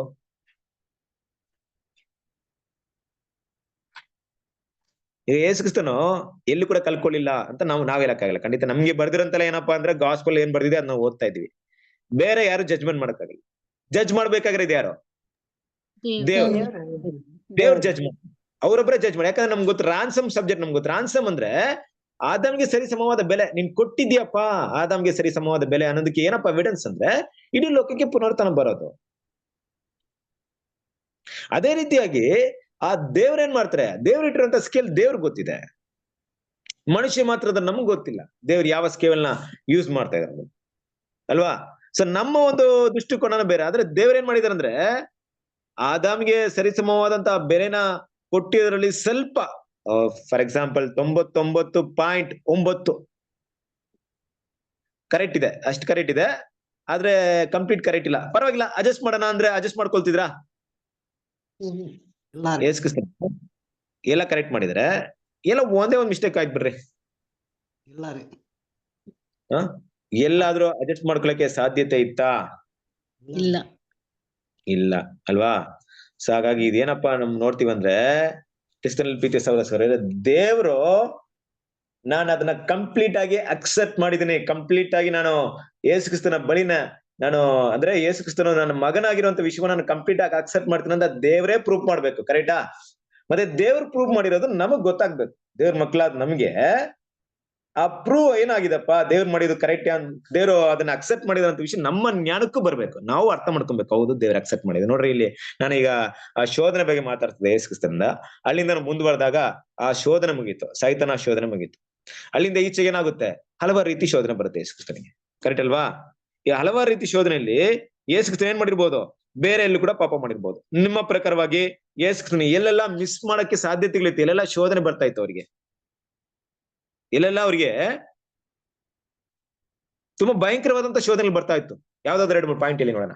ಆ 33 ವರ್ಷ ಬಿಟ್ಬಿಟ್ಟು 40 ದಿನ ಆ ಉಪವಾಸದಿಂದ ಹೊರಡು ಬಂದಿದ್ದಾರೆ. ಈಗ ಇವಾಗ ಎಲ್ಲೆಲ್ಲ ಅವ್ರಿಗೆ ಆ ರೀತಿ ಚಾನ್ಸಸ್ ಇತ್ತು. ಶಾಸ್ತ್ರಿಗಳು ಪರಿಸರ ಕ್ವಶನ್ ಮಾಡ್ತಾರೆ. ಗುಡ್. ಶಾಸ್ತ್ರಿಗಳು ಪರಿಚಯರು ಕ್ವಶನ್ ಮಾಡ್ತಾರೆ. ಓಕೆ, ಬೇರೆ ಕ್ರಾಸ್ ಅಲ್ಲಿ ಇದ್ದಾಗ ಅವತ್ತು ರಾತ್ರಿ ಎಲ್ಲ ನಡ್ಸಿದ್ರಲ್ರಿ, ಅದು ತುಂಬಾ ಕಠಿಣವಾಗಿತ್ರಿ. ಓಕೆ, ಮತ್ತೆ ಅದು ಸಮರಿಯ ಸ್ತ್ರೀ ಹತ್ರ ನೀರ್ ಕೇಳ್ಬೇಕು. ಕರ್ಕೊಂಡು ಹೋದಾಗ ಶಿಲ್ಬೆ ಮರಣದಲ್ಲಿ. ಓಕೆ, ಬೇರೆ ಸಮಾರ್ಯದಲ್ಲಿ ಸ್ತ್ರೀಯ ನೀರ್ ಕೇಳಕ್ ಹೋದಾಗ ಅಲ್ಲೂನು ಸಹ ಅವ್ರಿಗೆ ಶೋಧನೆ ಬರ್ತದೆ. ಓಕೆ, ಆತನಿಗೆ ಹಸುವಾಗಿತ್ತು. ಅವ್ರನ್ನ ನಿಂದಿಸಿ ಮಾತಾಡ್ತಾರೆ ಆ ಸ್ತ್ರೀ ಹತ್ರ, ಅಂದ್ರೆ ಬಾಯಿ ಬಿಚ್ಚಿ ಹೇಳಲ್ಲ ಅವರು, ಅಲ್ಲೂ ಶೋಧಿಸ್ತಾರೆ ಅವ್ರನ್ನ. ಸಮರ್ಯದಲ್ಲಿ ಏನಾಯ್ತು? ಅಲ್ಲಿ ಸಮಾರ್ಯದ ಸ್ತ್ರೀ ಬಾವಿ ಹತ್ರ ನೀರ್ ಸೇದುವಾಗ ಹಾ, ಅಲ್ಲಿ ಅವ್ರು ಶಿಷ್ಯಂದ್ರನು ಇವ್ರು ಪರಿಸಯರು ಅವ್ರನ್ನ ಇದ್ ಮಾಡ್ತಾರಲ್ಲ, ಇವ್ ಯಾಕೆ ಹೆಂಗಸ್ ಹತ್ರ ಏನ್ ಮಾತಾಡ್ತಾರೆ ಅಂತ. ಓಕೆ, ಅಲ್ಲ ಅವ್ರೇನೋ ತಪ್ಪಾಗಿ ತಿಳ್ಕೊಂಡ್ಬಿಟ್ಟಿದ್ದಾರೆ. ಇವ್ರಿಗೇನ್ ಶೋಧನೆ ಏನಿತ್ತು ಇವರಿಗೆ? ಶೋಧನೆ ಅಂದ್ರೆ ಅವರು ರೋಗಗಳ ವಾಸಿ ಮಾಡುವಾಗ, ಹಾ, ದೆವ್ವಗಳನ್ನ ಬಿಡಿಸುವಾಗ, ಈ ದೇವ್ರಲ್ವಾ ಇದೆಲ್ಲ ಮಾಡೋದು, ಇವ್ರು ಮಾಡ್ತಾರೆ. ಓಕೆ ಓಕೆ, ಮೈನ್ ಪಾಯಿಂಟ್ ಅದನ್ನ ನಾವು ಕ್ಲಿಯರ್ ಕಟ್ ಆಗಿ ಅದನ್ನ ಅರ್ಥ ಮಾಡ್ಕೊಂಡ್ರೆ ಮಾತ್ರ ನಮ್ಮ ಲೈಫ್ ಅಲ್ಲಿ ಅದನ್ನ ಅಳವಡೆ ಮಾಡ್ಕೊಳಕ್ ಆಗುತ್ತೆ. ಏನಪ್ಪಾ ಅಂದ್ರೆ ನೋಡ್ರಿ, ಯೇಸು ಕ್ರಿಸ್ತನ್ ಏನೆಲ್ಲ ಅದ್ಭುತ ಮಾಡಿದ್ರು, ಮಿರಾಕಲ್ ಏನ್ ಮಾಡಿದ್ರು, ಪವಿತ್ರಾತ್ಮದಿಂದ ಮಾಡಿದ್ರು. ಆದ್ರೆ ಒಬ್ಬನ ಗುಣಪಡಿಸೋದು ಇದೆಯಲ್ಲ, ಕಾಯಿಲೆಯನ್ನು ಗುಣಪಡಿಸೋದು, ಅದು ಅವರ ಶಕ್ತಿನ ಹೋಗ್ತಾ ಇತ್ತು. ಇದು ಬೇರೆ, ಅವರ ದೇಹದಿಂದ ಶಕ್ತಿ ಹರಿತಾ ಇತ್ತು. ಒಬ್ಬನ ರೋಗವನ್ನು ಗುಣಪಡಿಸಿದ್ರೆ, ಒಬ್ಬ ಸತ್ತವ್ರನ್ನ ಪುನರ್ತನ ಮಾಡ್ಬೇಕಾದ್ರೆ, ಇದೆಲ್ಲ ಅವರ ದೇಹದಿಂದ ಹೋಗುತ್ತೆ. ಬಟ್ ಈಗ 5 ರೊಟ್ಟಿನ 2 ಮೀನ್ ಮಾಡಿದ್ರು ನೋಡಿ, ಅದು ದೇವರ ಪವಿತ್ರಾತ್ಮದ ಮೂಲಕ ಮಾಡ್ತಾರೆ. ಆದ್ರೂ ವ್ಯಕ್ತಿನ ಗುಣಪಡಿಸ್ಬೇಕಾದ್ರೆ, ಆತನ ಮೇಲೆ ಇರುವಂತ ಕಾಯಿನ ಗುಣಪಡಿಸ್ಬೇಕು, ಆ ಕಾಯಿಲೆನ ಇವ್ರ ಮೇಲೆ ತಗೊಬೇಕು, ಅವ್ರನ್ನ ಗುಣಪಡಿಸ್ಬೇಕು. ಈ ರೀತಿ ನಡೀತಾ ಇತ್ತು. ಇದು ಬಿಡ್ರಿ, ಅದ ಬಾಧೆಗಳು. ಬಟ್ ಶೋಧನೆ ಅಂದ್ರೆ ಎಲ್ಲೋ ಒಂದ್ ಕಡೆ ಅವರು ದೇವರಿಗೆ ವಿರುದ್ಧವಾಗಿ ಕೆಲಸ ಮಾಡುವಂತ ಕಾರ್ಯಗಳಿತ್ತು. ಫಾರ್ ಎಕ್ಸಾಂಪಲ್ ಒಂದ್ ತಗೊಂಡಾಗ ಏನಪ್ಪಾ ಅಂದ್ರೆ, ಸದುಸೇರ್ ಪರಿಸರ ಏನ್ ಮಾಡ್ತಾರೆ, ಅವನ್ನ ಮಾತಾಡ್ಬೇಕ, ನೀನು ಸೈತಾನ ಏನಾಗಿದೆ, ನೀನು ಸೈತಾನನ ಸಹಾಯದಿಂದ ನೀನೇನ್ ಮಾಡ್ತಿದ್ದೆ, ದೆವ್ವಗಳನ್ನ ಓಡಿಸ್ತಾ ಇದೀಯಾ ಅಂತ ಹೇಳ್ಬೇಕಾದ್ರೆ, ಅವಾಗ ಏನಾಗುತ್ತೆ ಅಂದ್ರೆ, ಅಲ್ಲಿ ಏನೋ ಬರುತ್ತಂದ್ರೆ ಸಿಟ್ಟು, ಕೋಪ ಜಾಸ್ತಿ. ಏನಪ್ಪಾ ಅಂದ್ರೆ ಈ ಕೋಪ ಸಿಟ್ಟುವನ್ನ ಎಬ್ಸುವಂತ ವಿಷಯ ತುಂಬಾ ಇರುತ್ತೆ. ನನ್ ಬಗ್ಗೆ ಹಿಂಗೆ ಹೇಳ್ತಾರೆ, ಮೋಶಿನ ಗೊತ್ತಲ್ಲ ನಿಮ್ಗೆ, ಎಷ್ಟು ತಾಳ್ಮೆ ಆಗಿದ್ರು, ಆ ಜನ ಮಾಡಿದ್ದಕ್ಕೆ ಹೋಗ್ಬಿಟ್ಟು ಅಲ್ಲಿ ಮಾತಾಡಿ ಅಂದಾಗ ಹೊಡೆದ್ಬಿಟ್ರು. ಆ ರೀತಿ ಯೇಸು ಕ್ರಿಸ್ತನಿಗೆ ತುಂಬಾ ಪ್ರೇರಣೆ ಇತ್ತು. ನೀನು ಸುಳ್ಳು ಹೇಳ್ತಾ ಇದೀಯ, ನೀನು ಸೈತಾನ ಸಹಾಯದಿಂದ ಓಡಿಸ್ತಾ ಇದೀಯಾ, ನೀನು ದೇವರ ಮಗನಲ್ಲ ನೀನು. ಈ ರೀತಿ ಇದರ ಒಂದು ಪರಿಣಾಮ, ಇದರ ಒಂದು ಇದು ಎಫೆಕ್ಟ್ ಜಾಸ್ತಿ ಎಲ್ಲಿತ್ತು ಅಂದ್ರೆ, ಪಸ್ಕ ಅಂದ್ರೆ ಯೇಸು ಕ್ರಿಸ್ತನ ಶಿಲುಬೆ ಮಾಡೋದ್ರಲ್ಲಿ ಜಾಸ್ತಿ ಇತ್ತು. ಓಕೆ, ಅಕ್ಸೆಪ್ಟ್ ಮಾಡೋಣ, ಕರೆಕ್ಟ್, ನಮ್ಮೆಲ್ಲರಿಗೂ ಗೊತ್ತಿರುವಂತ ವಿಷಯ. ಬಟ್ ಹಾಗಂತ 3.5 ವರ್ಷದಲ್ಲಿ ಎಲ್ಲೂ ಇಲ್ಲ ಅಂತಲ್ಲ. ಈಗ ಒಂದ್ ಪಾಯಿಂಟ್ ನೀವು ಕೇಳಿದಾಗ, ಸಮರಿಯ ಹತ್ರ ಏನ್ ಮಾಡ್ತಾರೆ, ಒಂದ್ಸರಿ ಊಟಕ್ಕೆ ಹೋಗ್ತಾರೆ. ಕೇಳಕ್ ಹೋದಾಗ ಏನೋ ಆಗುತ್ತೆ, ಅಲ್ಲಿ ಹೋಗಿ ಕೇಳಿದಾಗ ಅವ್ರು ಊಟ ಕೊಡಲ್ಲ ಸಮರಿಯದವರು. ಅವಾಗ ಶಿಷ್ಯರು ಏನಂತ ಹೇಳ್ತಾರೆ ಅವ್ರಿಗೆ, ಕರ್ತನೆ ಏನೇನು ಹೇಗೆ ಆಕಾಶದ ಬೆಂಕಿನ ಇಳಿಸಿದ್ನೋ ಆ ರೀತಿ ಬೆಂಕಿನ ಇಳಿಸ್ಬಿಡ್ರಿ ಅಂತ ಹೇಳ್ತಾರೆ. ಕರೆಕ್ಟ್ ಅಲ್ವಾ? ಯೇಸು ಕ್ರಿಸ್ತ ಏನ್ ಮಾಡಿದ್ರು, ನೀವು ಎಂತ ಆತ್ಮ ಉಳ್ಳವರು, ನೀವು ಏನ್ ಮೈಂಡ್ ಸೆಟ್ ಇದೆ ನಿಮ್ಗೆ, ಏನ್ ಸ್ಪಿರಿಟ್ ಇದೆ ನಿಮ್ಗೆ ಅಂತ ಬೈದ್ರು ಅವ್ರಿಗೆ. ಕರೆಕ್ಟ್ ಅಲ್ವಾ? ಹೌದ್ರಿ. ಆಗಿರ್ಬೇಕಾದ್ರೆ ಯೇಸು ತಕ್ಷಣ ನೋಡ್ರಿ, ಹೌದು ಕರೆಕ್ಟ್, ಇವ್ರಿಗೆಲ್ಲ ಹಿಂಗೆ ಆಗ್ಬೇಕಂತೇನ. ನೋಡ್ರಿ, ಆ ಕಷ್ಟ ಅಂದ್ರೆ ಯಾವ ರೀತಿ ಅಂದ್ರೆ, ಯೋಚನೆ ಮಾಡಿ, ಒಬ್ಬ ಸಾಮರ್ಥ್ಯ ಬಲ ಇರುವಂತ ವ್ಯಕ್ತಿ ಆ ಬಲವನ್ನ ತನಗೇನಾದ್ರೂ ಅಪಾಯ ಬಂದಾಗ ಉಪಯೋಗ ಮಾಡೇ ಮಾಡ್ತಾನೆ. ಯೇಸು ಕ್ರಿಸ್ತನ್ ಕೂಡ ಅಗಾಧವಾದಂತ ಪವಿತ್ರಾತ್ಮ ಶಕ್ತಿ ಮತ್ತು ಬಲ ಇತ್ತು. ಅವ್ರು ಹೇಳಿದ್ರೆ ಏನ್ ಬೇಕಾ ನಡೀತಾ ಇತ್ತು. ಅದನ್ನ ಎಲ್ಲಾದ್ರೂ ದುಷ್ಪ್ರೇರಣೆ ಮಾಡುವಂತ ಸನ್ನಿವೇಶಗಳು ತುಂಬಾ ಇತ್ತು, ಆದ್ರೂ ಕೂಡ ಮಾಡ್ಲಿಲ್ಲ ಒಂದು. ಬಟ್ ನಮ್ಮೆಲ್ರಿಗೂ ಇನ್ನೂ ತುಂಬಾ ಸ್ಪಷ್ಟವಾಗಿ ಅರ್ಥವಾಗೋದೇನಪ್ಪಾ ಅಂದ್ರೆ, ಆ ಶಿಲುಬೆ ಮರಣದ ಸಮಯದಲ್ಲಿ ಅವ್ರು ಆಡಿದಂತ ಮಾತುಗಳಿರ್ಬೋದು, ಅವ್ರು ಹೇಳಿದಂತ ವಿಷಯಗಳಿರ್ಬೋದು ಅಲ್ವಾ, ಆತನಿಗೆ ಹೇಗಾದ್ರೂ ಪಾಪ ಮಾಡೋಕೆ ಅವ್ರು ಮಾಡಿದಂತ ಒಂದು ಪ್ರೇರಣೆ ಇರ್ಬೋದು, ಎಲ್ಲ ಕೂಡ ಏನಾಯ್ತು ಅಂದ್ರೆ, ಆತನ ಪಾಪ ಮಾಡೋದಕ್ಕೆ ತುಂಬಾ ಹತ್ರ ಆಯ್ತು. ಕರೆಕ್ಟ್ ಅಲ್ವಾ? ತುಂಬಾ ಹತ್ರ ಆಯ್ತು. ಆದ್ರೆ ಒಂದೇ ಒಂದು ಪಾಪ ಮಾಡಿದ್ರೆ, ಕ್ರಿಸ್ತನ ಪ್ರೀತಿಯ ಸಹೋದರರೇ, ದೇವರ ಮಗನು ಅನ್ನುವಂತ ಒಂದು ಸ್ಥಾನವನ್ನ ಫಸ್ಟ್ ಕಳ್ಕೊಳ್ತಾ ಇದ್ರು. ಮೊದಲು ಅರ್ಥ ಮಾಡ್ಕೊಳ್ರಿ, ಲೋಕದ ವಿಮೋಚನೆ ಅನ್ನೋದು ಆಮೇಲೆ. ಮೊದಲು ಅವ್ರು ಕಳ್ಕೊಳ್ಳುವಂತ ಒಂದು ವಿಷಯ ಏನ್ ಗೊತ್ತಾ? ದೇವರ ಮಗ ಅನ್ನುವಂತ ಅವಕಾಶವನ್ನು ಕಳ್ಕೊಳ್ತಾ ಇದ್ರು. ಕರೆಕ್ಟಾ? ಈಗ ಎಷ್ಟೋ ಸರಿ ತಂದೆಯಂದ್ರು ಪೇರೆಂಟ್ಸ್ ಗೊತ್ತಿದೆ, ಮಕ್ಕಳನ್ನ ನಾವು ಹೆತ್ತೀವಿ. ಕೆಲವೊಂದು ಸನ್ನಿವೇಶದಲ್ಲಿ ಮಕ್ಕಳು ನಮ್ಮ ಮಾತು ಕೇಳದೆ ತೀರಾ ವಿರುದ್ಧವಾದಂತ ಕೆಲಸ ಮಾಡ್ಕೊಂಡು ಹೋದಾಗ, ಮಾಡಬಾರ್ದ ವಿಷಯ ಮಾಡಿದಾಗ, ನಮ್ಮ ಮನಸ್ಸಿಗೆ ನೋವು ಮಾಡಿದಾಗ ನಾವೇನಂತೀವಿ ಹೀಗೆ? ನೀ ನನ್ ಮಗನೇ ಅಲ್ಲ ಅಂತೀವಾ? ಅಂದ್ರೆ ಮಾನಸಿಕವಾಗಿ ನಾವು ಎತ್ತಿದೀವಿ, ಆದ್ರೆ ನಮ್ಮ ಮಾತಿಗೆ ವಿಧೇಯರಾಗಿ ನಮ್ಮ ಮಗ ಅನ್ನುವಂತ ಸ್ಥಾನವನ್ನು ಅವ್ರು ಏನ್ ಮಾಡ್ಕೊಂಡಿಲ್ಲ, ಅವರು ಕಾಪಾಡ್ಕೊಂಡಿಲ್ಲ. ಇಲ್ಲಿ ಕೂಡ ಯೇಸು ಕ್ರಿಸ್ತನ ಮಾಂಸಿಕ ಅಂದ್ರೆ ದೇವರ ಸೃಷ್ಟಿ ಕಾರ್ಯದಿಂದ ನೋಡಿದಾಗ ದೇವರು ಸೃಷ್ಟಿ ಮಾಡಿದವರೇ ಹೌದು, ಅದ್ರಲ್ಲಿ ತಪ್ಪಿಲ್ಲ. ಹಾಗಂತ ಮಾತ್ರಕ್ಕೆ ದೇವರ ಮಗ ಅನ್ಕೊಳಕ್ಕೆ ಆಗಲ್ಲ. ಆದ್ರೆ ದೇವರ ಮಗ ಅನ್ಕೋಬೇಕಂದ್ರೆ ಎಲ್ಲಾ ಸಮಯದಲ್ಲೂ ಎಲ್ಲಾ ಕಾಲದಲ್ಲೂ ದೇವರಿಗೆ ಮೆಚ್ಚುಗೆಯಾಗಿ ನಡಿಬೇಕು. ಯೋಗ್ಯ ಸ್ಥಾನವನ್ನು ಯೋಗ್ಯ ರೀತಿಯನ್ನ ತೋರ್ಸ್ಕೊಡ್ಬೇಕು. ಸನ್ನಿವೇಶಗಳು ಬದಲಾವಣೆ ಆದ್ರೂ ತೋರ್ಸ್ಕೊಡ್ಬೇಕು. ಹಾಗೆ ಯೇಸು ಕ್ರಿಸ್ತನ್ ಏನಾಯ್ತು ಅಂದ್ರೆ ಕೊನೆ ಕ್ಷಣ ಆ 3.5 ವರ್ಷ ಮುಗಿದು ಈಗ ಪಾಸ್ಓವರ್ ಬರ್ತಾ ಇದೆ. ಪಾಸ್ಓವರ್ ಆದ್ಮೇಲೆ ಈಗ ಶಿಲುಬೆಯಲ್ಲಿ ಇರುವಂತ ವಿಷಯ ಏನಪ್ಪಾ ಅಂದ್ರೆ ಮಾನಸಿಕ ರೀತಿಯಾದಂತ ಒಂದು ಪೇನ್ ಇದೆ, ಶಾರೀರಿಕವಾದಂತ ಪೇನ್ ಇದೆ. ಎರಡು ಪೇನ್ಗಳ ಮಧ್ಯೆ ಶೋಧನೆ ಇದೆ. ಕೆಲವೊಂದು ಟೈಮಲ್ಲಿ ನಮ್ಗೆ ನೋವಾದಾಗ ಅಲ್ವಾ, ಕೆಲವೊಂದಿಗೆ ಗೊತ್ತಿರುತ್ತೆ, ಮನಸ್ಸಿಗೆ ನೋವಾದಾಗ ನಮ್ಮ ರಿಯಾಕ್ಷನ್ ಹೇಗಿರುತ್ತೆ ಅಂತ ಗೊತ್ತು. ದೇಹಿಕೆ ರೋಗ ನೋವಾದಾಗ ನಮ್ಮ ರಿಯಾಕ್ಷನ್ ಹೇಗಿರುತ್ತೆ ಅಂತ ಗೊತ್ತು. ಯಾರಾದ್ರೂ ನಾವು ತುಂಬಾ ತಲೆನೋವು ಏನಾದ್ರು ಇದ್ದಾಗ ನಮ್ನ ಯಾರಾದ್ರೂ ಏನೋ ಇದ್ ಮಾಡ್ತಿದ್ರೆ ಬೈದ್ ಬಿಡ್ತೀವಿ ಕೆಲವೊಂದು ಟೈಮಲ್ಲಿ, ಯಾಕಂದ್ರೆ ನಮ್ ಕೈಲಿ ತಡ್ಕೊಳಕ್ಕಾಗಲ್ಲ. ಪೇನ್ ಬಾಡಿಯಲ್ಲಿ ಇದೆ. ಇನ್ನೊಂದು ರೀತಿಯಾದ ಪೇನ್ ಏನಪ್ಪಾ ಅಂದ್ರೆ ಮನಸ್ಸಲ್ಲಿದೆ. ಎರಡು ರೀತಿಯಾದ ಪೇನ್ ಮಧ್ಯೆ ಶೋಧನೆಗಳು ಬಂತು ಅಂದ್ರೆ ಅದನ್ನ ಹ್ಯಾಂಡಲ್ ಮಾಡಕ್ಕಾಗಲ್ಲ, ಎಲ್ಲೋ ಒಂದ್ ಕಡೆ ಎಡವ್ತೀವಿ. ಇಂಥ ಕ್ರಿಟಿಕಲ್ ಟೈಮಲ್ಲೇ ಕರ್ತನಾದ ಯೇಸು ಕ್ರಿಸ್ತನಿಗೆ ಶೋಧನೆ ಬಹಳವಾಗಿ ಬರ್ತಾ ಇತ್ತು. ಶಿಲುಬೆಯಲ್ಲಿ ಒಂದ್ ಮಾತು ಹೇಳ್ತಾರಲ್ವಾ, ನೀನು ದೇವರ ಮಗನಾಗಿದ್ರೆ ಏನ್ ಮಾಡು, ಶಿಲುಬೆಯನ್ನು ಬಿಟ್ಟು ಇಳಿದು ಬಾ ಅಂತ ಹೇಳ್ತಾರೆ. ಯೋಚನೆ ಮಾಡ್ರಿ, ಯೇಸು ಕ್ರಿಸ್ತನಿಗೆ ಸಂಪೂರ್ಣವಾಗಿ ನಾನು ದೇವರ ಮಗನು ಅಂತ ಇಷ್ಟು ಹೋರಾಡ್ತಿರ್ಬೇಕ್ರ ಮತ್ತೆ ಅದ್ರ ಬಗ್ಗೆ ನೀವು ಪ್ರೂವ್ ಮಾಡಕ್ ಕೇಳ್ತಿದ್ರಾ? ಈಗ ಪ್ರೂವ್ ಮಾಡ್ತೀನಿ ಅಂತ ಹೊರಟ್ಬಿಟ್ಟಿದ್ರೆ ಯೋಚನೆ ಮಾಡ್ರಿ ಹೆಂಗಿದೆ. ಆತನ ಮೈಂಡ್ ಪೂರ್ತಿ ಏನಪ್ಪಾ ಇದೆ ಅಂದ್ರೆ ನಾನು ದೇವ್ರ ಮಗ ಅಂತ ಪ್ರೂವ್ ಮಾಡಕ್ ಬಂದಿರೋದಿಲ್ಲ, ನಾನು ದೇವ್ರ ಮಗ ಅಂತ ಏನ್ ಮಾಡ್ತೀನಿ ನಿಮ್ಮೆಲ್ರಿಗೂ ತೋರ್ಸಕ್ ಬಂದಿದ್ದೀನಿ. ಇಲ್ಲಿ ನಾನೇ ದೇವ್ರ ಮಗ ಅಂತ ಹೇಳಕ್ ಬಂದಿದ್ದೀನಿ. ಇನ್ನೂ ನಿಮ್ಗೆ ಅರ್ಥವಾಗಿಲ್ಲ ಅಂದ್ರೆ ನಾವು ಶಿಲುಬೆಯಿಂದ ಬಂದ್ರೆ ನೀವು ಅರ್ಥ ಮಾಡ್ಕೊಳ್ತೀರಾ? ಅದಕ್ಕೋಸ್ಕರ ನಾನು ಇಳಿದೇ ಬರ್ತೀನಿ ಅಂತ ಇಲ್ಲಿ ಬಂದ್ಬಿಟ್ಟಿದ್ರೆ ಬರ್ಲಿಲ್ಲ. ನೋಡಿದ್ರ ಕ್ರಿಟಿಕಲ್ ಹೆಂಗಿದೆ ನೋಡಿ, ಯಾವ ರೀತಿ ಶೋಧನೆ ಒಂದು ಟೈಮ್ ಹೆಂಗಿದೆ ನೋಡ್ರಿ. ಇಳಿದ್ ಬಂದ್ಬಿಟ್ಟಿದ್ರೆ ದೇವರ ಮಗ ಅಂತ ಅವ್ರು ಹೇಳ್ತಾ ಇದ್ರು, ದೇವ್ರು ಹೇಳ್ತಾ ಇರ್ಲಿಲ್ಲ. ನೀ ನನ್ ಮಗ ಅಲ್ಲ ಅಂತ ಹೇಳ್ತಿದ್ರು ದೇವ್ರು. ಕರೆಕ್ಟಾ? ಯೋಚನೆ ಮಾಡಿ ಕ್ರಿಸ್ತನ ಪ್ರೀತಿಯ ಸರಸವರೇ, ಇದೆಲ್ಲದಕ್ಕೂ ಒಂದೇ ಒಂದು ವಿಷಯ ಏನಪ್ಪಾ ಅಂದ್ರೆ ದೇವ್ರು ಮಾಡಿದಂತ ಒಂದು ವಿಷಯ, ಆತನು ಮಾಡಿದ ಸ್ಯಾಕ್ರಿಫೈಸ್ ಕರೆಕ್ಟ್ ಆಗಿತ್ತು ಅಂದ್ರೆ ಆತನ ಶಿಲುಬೆಯಲ್ಲಿ ಪ್ರಾಣವನ್ನ ಏನ್ ಮಾಡಿದ್ರು, ಬಿಟ್ಬಿಟ್ರು. ಕರೆಕ್ಟಾ? ಅಲ್ಲಿವರೆಗೂ ದೇವ್ರ ಚಿತ್ತ, ಅಲ್ಲಿಗೆ ಮುಗೀತು ದೇವ್ರ ಚಿತ್ತ. ದೇವ್ರ ಚಿತ್ತ ಏನಿತ್ತೋ ಶಿಲುಬೆಯಲ್ಲಿ ಪ್ರಾಣ ಕೊಡೋದ್ವರೆಗೂ ಮುಗ್ದೋಯ್ತು. ಆದ್ರೆ ನಿಜವಾಗ್ಲೂ ದೇವರ ಮಗನಿಗೆ ಯೋಗ್ಯವಾಗಿ ಅವರೇನೋ ನಡ್ಕೊಂಡಿದ್ದೆ ಆದ್ರೆ ಈಗ ಉಳಿದಿರೋದೇನ್ ಗೊತ್ತಾ? ಏನ್ ಉಳಿದಿದೆ ಹೇಳಿ? ಪ್ರಾಣವನ್ನು ಬಿಟ್ಬಿಟ್ರು ಯೇಸು ಕ್ರಿಸ್ತನು, ಅವ್ರ ಕೆಲಸ ಮುಗಿದೋಯ್ತು. ದೇವ್ರ ಮಗನಾಗಿದ್ರೆ ಉಳಿದಿರೋದೇನು? ಈಗ ದೇವ್ರ ಅವ್ರನ್ನ ಕಾಪಾಡ್ಬೇಕ್ರಿ, ದೇವ್ರ ನೆಬಸ್ಬೇಕ್ರಿ. ದೇವ್ರ ಅವ್ರನ್ನ ಪುನರ್ತನ ಕೊಡೋದ್ ಮಾತ್ರ ನೀನ್ ಇದುವರೆಗೂ ದೇವರ ಮಗನ ಸ್ಥಾನವನ್ನ ಉಳಿಸ್ಕೊಂಡಿದ್ಯಾ ಅನ್ನೋದಕ್ಕೆ ಎವಿಡೆನ್ಸ್, ಪ್ರೂಫ್. ಇಲ್ಲ ಅಂದ್ರೆ ಯಾವಾಗ್ಲೂ ಪ್ರೂಫ್ ಆಗ್ತಿರ್ಲಿಲ್ಲ. ಕರೆಕ್ಟ್ ಅಲ್ವಾ? ನೋಡಿ, ದೇವರ ಆತ್ಮದ ಮೂಲಕವಾಗಿ ದೇವರ ಆತ್ಮ ಏನ್ ಸಾಕ್ಷಿ ಕೊಡ್ತು, ಮೊದ್ಲಿಂದ ಕೊಡ್ಕೊಂಡ್ ಬರ್ತಿದೆ, ಇನ್ನು ನನ್ನ ಮಗನು ಅಂತ ದೇವ್ರ ಹೇಳಿದ ಪ್ರಕಾರವಾಗಿ ಅದು ಪ್ರೂವ್ ಆಗ್ಬೇಕಾದ್ರೆ ಯೇಸು ಕ್ರಿಸ್ತನು ಎದ್ದು ಬರ್ಬೇಕು. ಪುನರ್ತನ ಮಾತ್ರ ಆಗ್ದಿದ್ರೆ ಖಂಡಿತ ಯೇಸು ಕ್ರಿಸ್ತನು ತನ್ನ ಮಗನ ಸ್ಥಾನವನ್ನ ಕಾಪಾಡ್ಕೊಂಡಿಲ್ಲ. ಅಂದ್ರೆ ಇಲ್ಲಿ ಸೃಷ್ಟಿ ಕಾರ್ಯದ ಬಗ್ಗೆ ಮಾತಾಡ್ತಿಲ್ಲ, ಬದಲಾಗಿ ಕರ್ತನು ದೇವರ ಮುಂದೆ ತೋರಿಸಿದ ಗುಣವನ್ನ ಮಾತಾಡ್ತಾರೆ. ಆ ಗುಣದಲ್ಲಿ ಏನಾದ್ರೂ ಬದಲಾವಣೆ ಆಗಿದ್ದೆ ಆದ್ರೆ, ಆ ಗುಣದಲ್ಲಿ ಏನಾದ್ರೂ ಹೆಚ್ಚು ಕಡಿಮೆ ಆಗಿದ್ದೆ ಆದ್ರೆ ಯೇಸು ಕ್ರಿಸ್ತನು ಪುನರ್ತನ ಆಗ್ತಾ ಇರ್ಲಿಲ್ಲ.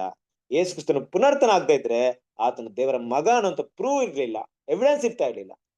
ಎವಿಡೆನ್ಸ್ ಇಲ್ಲ ಅಂದ್ರೆ ಏನೂ ಇಲ್ಲ, ಎಲ್ಲ ಮುಗೀತು ಅಲ್ವಾ? ನೋಡಿ, ಈ ಮಾತನ್ನೆಲ್ಲ ನೀವು ತಗೊಂಡ್ರೆ, ಈ ಮಾತನ್ನೆಲ್ಲ ಹೋದ್ರು ಯೋಹಾನ 1ನೇ ಅಧ್ಯಾಯ 18ನೇ ವಾಕ್ಯ ಓದಿ.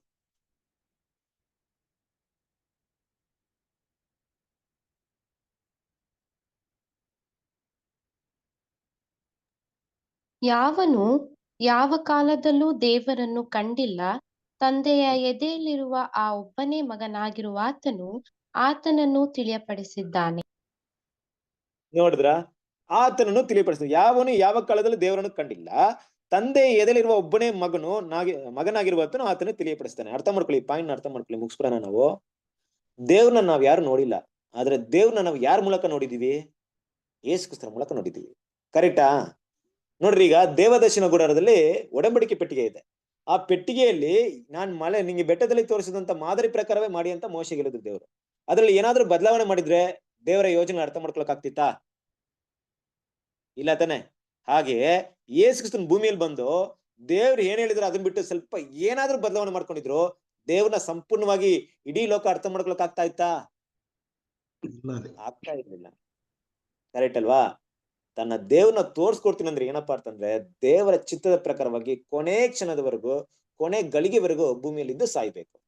ಅದ್ರಲ್ಲಿ ಏನಾದ್ರೂ ಸಣ್ಣ ಬದಲಾವಣೆ ತನ್ನ ಆಸೆಗೋಸ್ಕರ ಮಾಡಿದ್ರು ಕೂಡ ದೇವರನ್ನ ಸಂಪೂರ್ಣವಾಗಿ ಇಡೀ ಲೋಕಕ್ಕೆ ತೋರ್ಸಕ್ ಆಗ್ತಾ ಇರ್ಲಿಲ್ಲ. ಕರೆಕ್ಟ್ ಅಲ್ವಾ? ದೇವರು ಕರ್ತನಾದ ಯೇಸು ಕ್ರಿಸ್ತನು ಏನ್ ಮಾಡಿದ್ರೆ, ಈ ರೀತಿಯಾಗಿ ಏನ್ ಮಾಡಿದ್ರೆ ತೋರ್ಸ್ಕೊಟ್ಟಿದ್ದಾರೆ. ಸೊ ಈ ರೀತಿಯಾಗಿ ತೋರ್ಸ್ಕೊಟ್ಟಿದ್ರಿಂದ ಅದಕ್ಕೆ ನಾವು ಯೋಹಾನ ಸುವಾರ್ತೆ ಇನ್ನೊಂದು ವಾಕ್ಯ ಓದ್ತೀವಲ್ಲ, 3:13 ಓದಿ. ಯೋಹಾನ ಸುವಾರ್ತೆ 3:13 ನಿಮ್ಮೆಲ್ಲರೂ ಗೊತ್ತಿರೋಂತ ವಾಕ್ಯ. 3:13 ಹಿಂದೆ ಮುಂದೆ ಬರುತ್ತಲ್ಲ, ಯಾವ್ದೋ ವಾಕ್ಯ ಅದು? ಅಲ್ಲೇ ಬರುತ್ತೆ ನೋಡಿ. ಇಲ್ಲೇ ಇದೆ ಬ್ರದರ್. ದೇವರು ಲೋಕದ ಮೇಲೆ ಎಷ್ಟೋ ಪ್ರೀತಿಯನ್ನು ಇಟ್ಟ ಬ್ರದರ್. ದೇವರು ಲೋಕದ ಮೇಲೆ ಎಷ್ಟೋ ಪ್ರೀತಿಯನ್ನಿಟ್ಟು ತನ್ನ ಒಬ್ಬನೇ ಮಗನನ್ನು ಕೊಟ್ಟನು. ಆತನನ್ನು ನಂಬುವ ಒಬ್ಬನಾದರೂ ನಾಶವಾಗದೆ ಎಲ್ಲರೂ ನಿತ್ಯ ಜೀವವನ್ನು ಪಡೆಯಬೇಕೆಂದು ಆತನನ್ನು ಕೊಟ್ಟನು. 16 ಅಲ್ವಾ? 16ನೇ ವಾಕ್ಯ ನೋಡ್ರಿ. ಈ ವಾಕ್ಯನ ಅರ್ಥ ಮಾಡ್ಕೊಳ್ಳಿ.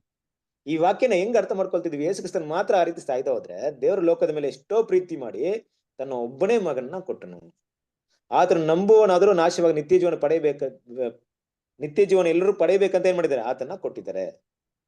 ದೇವರು ಲೋಕದ ಮೇಲೆ ಎಷ್ಟೋ ಪ್ರೀತಿಯನ್ನು ಇಟ್ಟು ಅಂತ ಇದೆಯಲ್ಲ, ಈ ವಿಷಯ ಯಾರ ಮೂಲಕ ಅರ್ಥವಾಗುತ್ತೆ? ನಾವ್ ಆಗ್ಲೇ ಈ ವಾಕ್ಯ ಓದಿದ್ವಲ್ಲ, ಯೋಹಾನ ಸುವಾರ್ತೆ 1:18. ದೇವ್ರನ್ನ ಯಾರು ನೋಡಿಲ್ಲ, ಆದ್ರೆ ದೇವರ ಪ್ರೀತಿನ ತೋರ್ಸೋರು ಯಾರು? ಯೇಸು ಕ್ರಿಸ್ತನ್ ತಾನೆ. ಅದ್ರಲ್ಲಿ ಏನಾದ್ರು ಸಣ್ಣ ಬದಲಾವಣೆ ಆಗಿದ್ರೆ ದೇವರ ಪ್ರೀತಿನ ಸಂಪೂರ್ಣವಾಗಿ ಅರ್ಥ ಮಾಡ್ಕೊಳಕ್ ಆಗ್ತದೆ ನಮ್ ಕೈಯಲ್ಲಿ? ಸಣ್ಣ ಬದಲಾವಣೆ ಮಾಡಿದ್ರೆ ಯೇಸು ಕ್ರಿಸ್ತನ ದೇವ್ರ ಅವ್ರಿಗೆ ಪುನರ್ತನ ಕೊಡ್ತಿದ್ರಾ? ದೇವ್ರ ಅವ್ರಿಗೆ ಪುನರ್ತನ ಕೊಡ್ತಾ ಇದ್ರೆ ಆತನ ದೇವ್ರ ಮಗ ಅಂತ ಪ್ರೂವ್ ಆಗ್ತಿತ್ತಾ? ದೇವ್ರ ಮಗ ಅಂತ ಪ್ರೂವ್ ಆಗದೆ ಇದ್ರೆ ಖಂಡಿತವಾಗ್ಲೂ ಏನ್ ಮಾಡಲ್ಲ, ದೇವ್ರ ಪ್ರೀತಿನ ಅರ್ಥ ಮಾಡ್ಕೊಳಕ್ ಆಗ್ತಿಲ್ಲ. ಸೊ ಬೆಸ್ಟ್ ಎಕ್ಸಾಂಪಲ್ ಏನಂದ್ರೆ ಮೋಶೆ ತಗೊಳ್ಳಿ. ಎಲ್ಲಾನು ಕರೆಕ್ಟ್ ಮಾಡ್ಕೊಂಡ್ ಬಂದ್ರು ಮೋಶೆ, ಒಂದೇ ಒಂದ್ ಬದಲಾವಣೆ ಮಾಡಿದ್ರು, ಎಷ್ಟು ತಪ್ಪಾಗ್ಬಿಡ್ತು, ಕಾನಾನ್ ದೇಶಕ್ಕೆ ಹೋಗ್ಲಿಲ್ಲ. ಯೋಚನೆ ಮಾಡಿ, ಇಲ್ಲಿ ಯೇಸು ಕ್ರಿಸ್ತನ್ ಕೂಡ ಎಲ್ಲ ಕರೆಕ್ಟ್ ಆಗಿ ಮಾಡಿ ಒಂದ್ ಮಿಸ್ಟೇಕ್ ಮಾಡ್ಬಿಟ್ಟಿದ್ರು ಕೂಡ ದೇವರ ಮಗ ಅನ್ನೋದಕ್ಕೆ ಎವಿಡೆನ್ಸ್ ಇಲ್ಲ. ಆ ಎವಿಡೆನ್ಸ್ ನ ಯಾವ ರೀತಿ ತೋರಿಸಿದಾರೆ ಅಂದ್ರೆ, ಅವ್ರು ಸಂಪೂರ್ಣವಾಗಿ ಅದನ್ನ ಫಾಲೋ ಮಾಡಿದ್ದಾರೆ ಅನ್ನೋದಕ್ಕೆ ದೇವರು ಮನುಷ್ಯರ ಮುಂದೆ ಏನ್ ಎವಿಡೆನ್ಸ್ ಇಟ್ಟಿದ್ದಾರೆ ಅಂದ್ರೆ, ಸತ್ತವರೊಳಗಿಂದ ಅವ್ರನ್ನ ಪುನರ್ತನ ಕೊಟ್ಟಿದ್ದೆ ಎವಿಡೆನ್ಸ್. ಹಾಗೇನಾದ್ರು ಪುನರ್ತನ ಸಿಗದೆ ಇದ್ರೆ ಅವರು ದೇವರ ಮಗ ಅನ್ನೋದಕ್ಕೆ ಎವಿಡೆನ್ಸ್ ಇಲ್ಲ. ಈ ವಾಕ್ಯ ತುಂಬಾ ಸಿಂಪಲ್ ಇದೆ ಕ್ರಿಸ್ತನ ಪ್ರೀತಿ ಸರಸ್ವರಿ. ಬಟ್ ಇದ್ರಲ್ಲಿರುವಂತ ವಿಷಯ ಏನಪ್ಪಾ ಅಂದ್ರೆ, ದೇವರ ಮಗ ಅನ್ನೋದು ದೇವರ ಸೃಷ್ಟಿ ಮೇಲೆ ಇಲ್ಲ, ಬದಲಾಗಿ ನಾವು ದೇವರಿಗೆ ತೋರಿಸುವಂತ ಗುಣದ ಮೇಲೆ ಇದೆ. ನಮ್ಗೂ ಕೂಡ ಇದೇ ವಿಷಯ ಅನ್ವಯವಾಗುತ್ತೆ. ನಾವು ದೇವ್ರು ನಮ್ಮನ್ನ ದೇವ್ರ ಮಕ್ಕಳಂತ ಕರೆದು ಬಿಟ್ಟಿದ್ದಾರೆ. ಯಾವಾಗ ಯೇಸು ಕ್ರಿಸ್ತ ನಂಬಿದ ತಕ್ಷಣ ನಾವು ದೇವ್ರ ಮಕ್ಕಳಾಗಿದ್ವಿ. ಕರೆಕ್ಟಾ? ಅಪ್ಪ ತಂದೆ ಅನ್ನುವಂತ ಕರೆಯುವಂತ ಒಂದು ಹಕ್ಕು ನಮ್ಗೆ ಕೊಟ್ಟಿದ್ದಾರೆ. ಕರೆಕ್ಟ್ ಅಲ್ವಾ? ನಮ್ಮೆಲ್ಲರಿಗೂ ಆ ಸ್ವಾತಂತ್ರ್ಯ ಇದೆ. ದೇವ್ರನ್ನ ನಾವು ತಂದೆ ಅಂತ ಕರಿತೀವಿ, ಅಪ್ಪ ಅಂತ ಕರಿತೀವಿ. ಆದ್ರೆ ನಿಜವಾಗ್ಲೂ ದೇವ್ರ ಮಗ ಆಗೋದು ಯಾವಾಗ ಹೇಳಿ? ನಾವು ನಮ್ಮ ಕೆಲಸಗಳನ್ನು ಮಾಡಿ ಮುಗಿಸ್ತಾ ನಮ್ಮ ಮರಣ ಹೊಂದಿದ ಮೇಲೆ, when we fulfill the will of God. ದೇವರ ಚಿತ್ತ. ಮರಣ ಹೊಂದಿದ ಮೇಲೆ ಆಗುತ್ತಾ? ಮರಣ ಹೊಂದಿದ್ರು ಆಗಲ್ಲ. ಇನ್ನೊಂದು ವಿಷಯ ಇದೆ ಮುಖ್ಯವಾಗಿ, ಯಾವಾಗ ದೇವರ ಚಿತ್ತ ಸಂಪೂರ್ಣ ನಮ್ದು ಎವಿಡೆನ್ಸ್ ಏನಿದೆ? ಎಸ್, ನಾವು ಮೊದಲನೇ ಪುನರ್ತನ ಬಂದ್ರೆ ಮಾತ್ರ ದೇವ್ರ ಮಕ್ಕಳು ಅನ್ನೋದಕ್ಕೆ ಎವಿಡೆನ್ಸ್. ಕರೆಕ್ಟಾ? ಯೇಸು ಕ್ರಿಸ್ತನ ಹೇಗೆ ದೇವ್ರು ಎಪ್ಸಿದ್ರೋ ಅದೇ ದೇವ್ರ ಮಗ ಅಂತ ಎವಿಡೆನ್ಸ್ ಆದ್ರೆ, ನಾವು ನಿಜವಾಗ್ಲೂ ಕ್ರಿಸ್ತನ ಸ್ವರೂಪದಲ್ಲೇ ಬೆಳೆದು ಜೀವನ ಮಾಡಿ ಸತ್ತಿದೀವಿ ಅನ್ನೋದಕ್ಕೆ ಏನಪ್ಪ ಎವಿಡೆನ್ಸ್ ಅಂದ್ರೆ, ನಾವು ಮೊದಲನೇ ಫಸ್ಟ್ ಸೆಕ್ಷನ್ ಬರ್ಬೇಕು. ಕರೆಕ್ಟಾ? ಇಲ್ಲ ಅಂದ್ರೆ ನಾವು ಕೂಡ ದೇವ್ರ ಮಕ್ಕಳಲ್ಲ. ಇದೇ ನಮಗಿರುವಂತ ಎವಿಡೆನ್ಸ್. ಆದ್ರೆ ದೇವ್ರು ನಮ್ಮನ್ನ ಈಗಲೂ ಮಕ್ಕಳಂತಾನೆ ಕರೀತಾ ಇದ್ರು. ನಾವು ದೇವ್ರನ್ನ ತಂದೆ ಅಂತಾನೆ ಕರೀತಾ ಇದ್ವಿ. ಯೇಸು ಕ್ರಿಸ್ತನ ದೇವ್ರನ್ನ ತಂದೆ ಅಂತಾನೆ ಕರೀತಾ ಇದ್ರು. ದೇವ್ರು ಕೂಡ ಯೇಸು ಕ್ರಿಸ್ತನ ಮಗನಂತಾನೆ ಕರಿತಾ ಇದ್ರು. ಆದ್ರೆ ಎಲ್ಲಿವರೆಗೂ ಫಸ್ಟ್ ರೆಸರೆಕ್ಷನ್ ಆಗ್ಲಿಲ್ವಾ, ಅಂದ್ರೆ ಯೇಸು ಕ್ರಿಸ್ತನ್ಗೆ ಪುನರ್ತನ ಕೊಡ್ಲಿಲ್ವಾ, ಅಲ್ಲಿವರೆಗೂ ಬಲವಾಗಿ ಪ್ರೂವ್ ಮಾಡಕ್ ಆಗ್ಲಿಲ್ಲ. ನಾವು ಕೂಡ ಅದು ದೇವರ ಮುಂದೆ ಬಲವಾಗಿ ಪ್ರೂವ್ ಆಗ್ಬೇಕಂದ್ರೆ ಫಸ್ಟ್ ರೆಸರೆಕ್ಷನ್ ಅಲ್ಲಿ ಬರ್ಬೇಕು. ಹಾಗೇನೋ ನಾವು ಬರ್ಲಿಲ್ಲ ಅಂದ್ರೆ ನಾವು ಮಕ್ಕಳಲ್ಲ. ಆದಾಗ್ಲೇ ಹೇಳಿದ್ನಲ್ಲ, ತಂದೆ ತಾಯಿಯರು ಮಕ್ಕಳನ್ನ ಹಿಡಿತಾರೆ, ಹಾಗನ್ಬಿಟ್ಟು ಅವ್ರೆಲ್ರು ಮಕ್ಕಳಾಗಿರಲ್ಲ.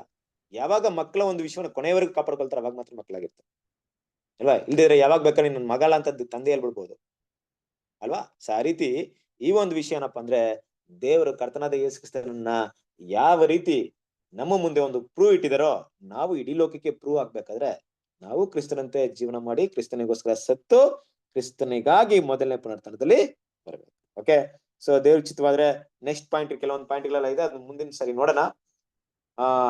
ರೋಮಪುರದವರಿಗೆ 1ನೇ ಅಧ್ಯಾಯ 5ನೇ ವಾಕ್ಯ. ಇದೆಲ್ಲ ಕೂಡ ಟೈಮ್ ಆಗಿದೆ, ಮುಂದಿನ ವಾರ ನೋಡೋಣ. ದೇವರು ಈ ಪಾಠಗಳನ್ನ ಆಶೀರ್ವದಿಸಲಿ.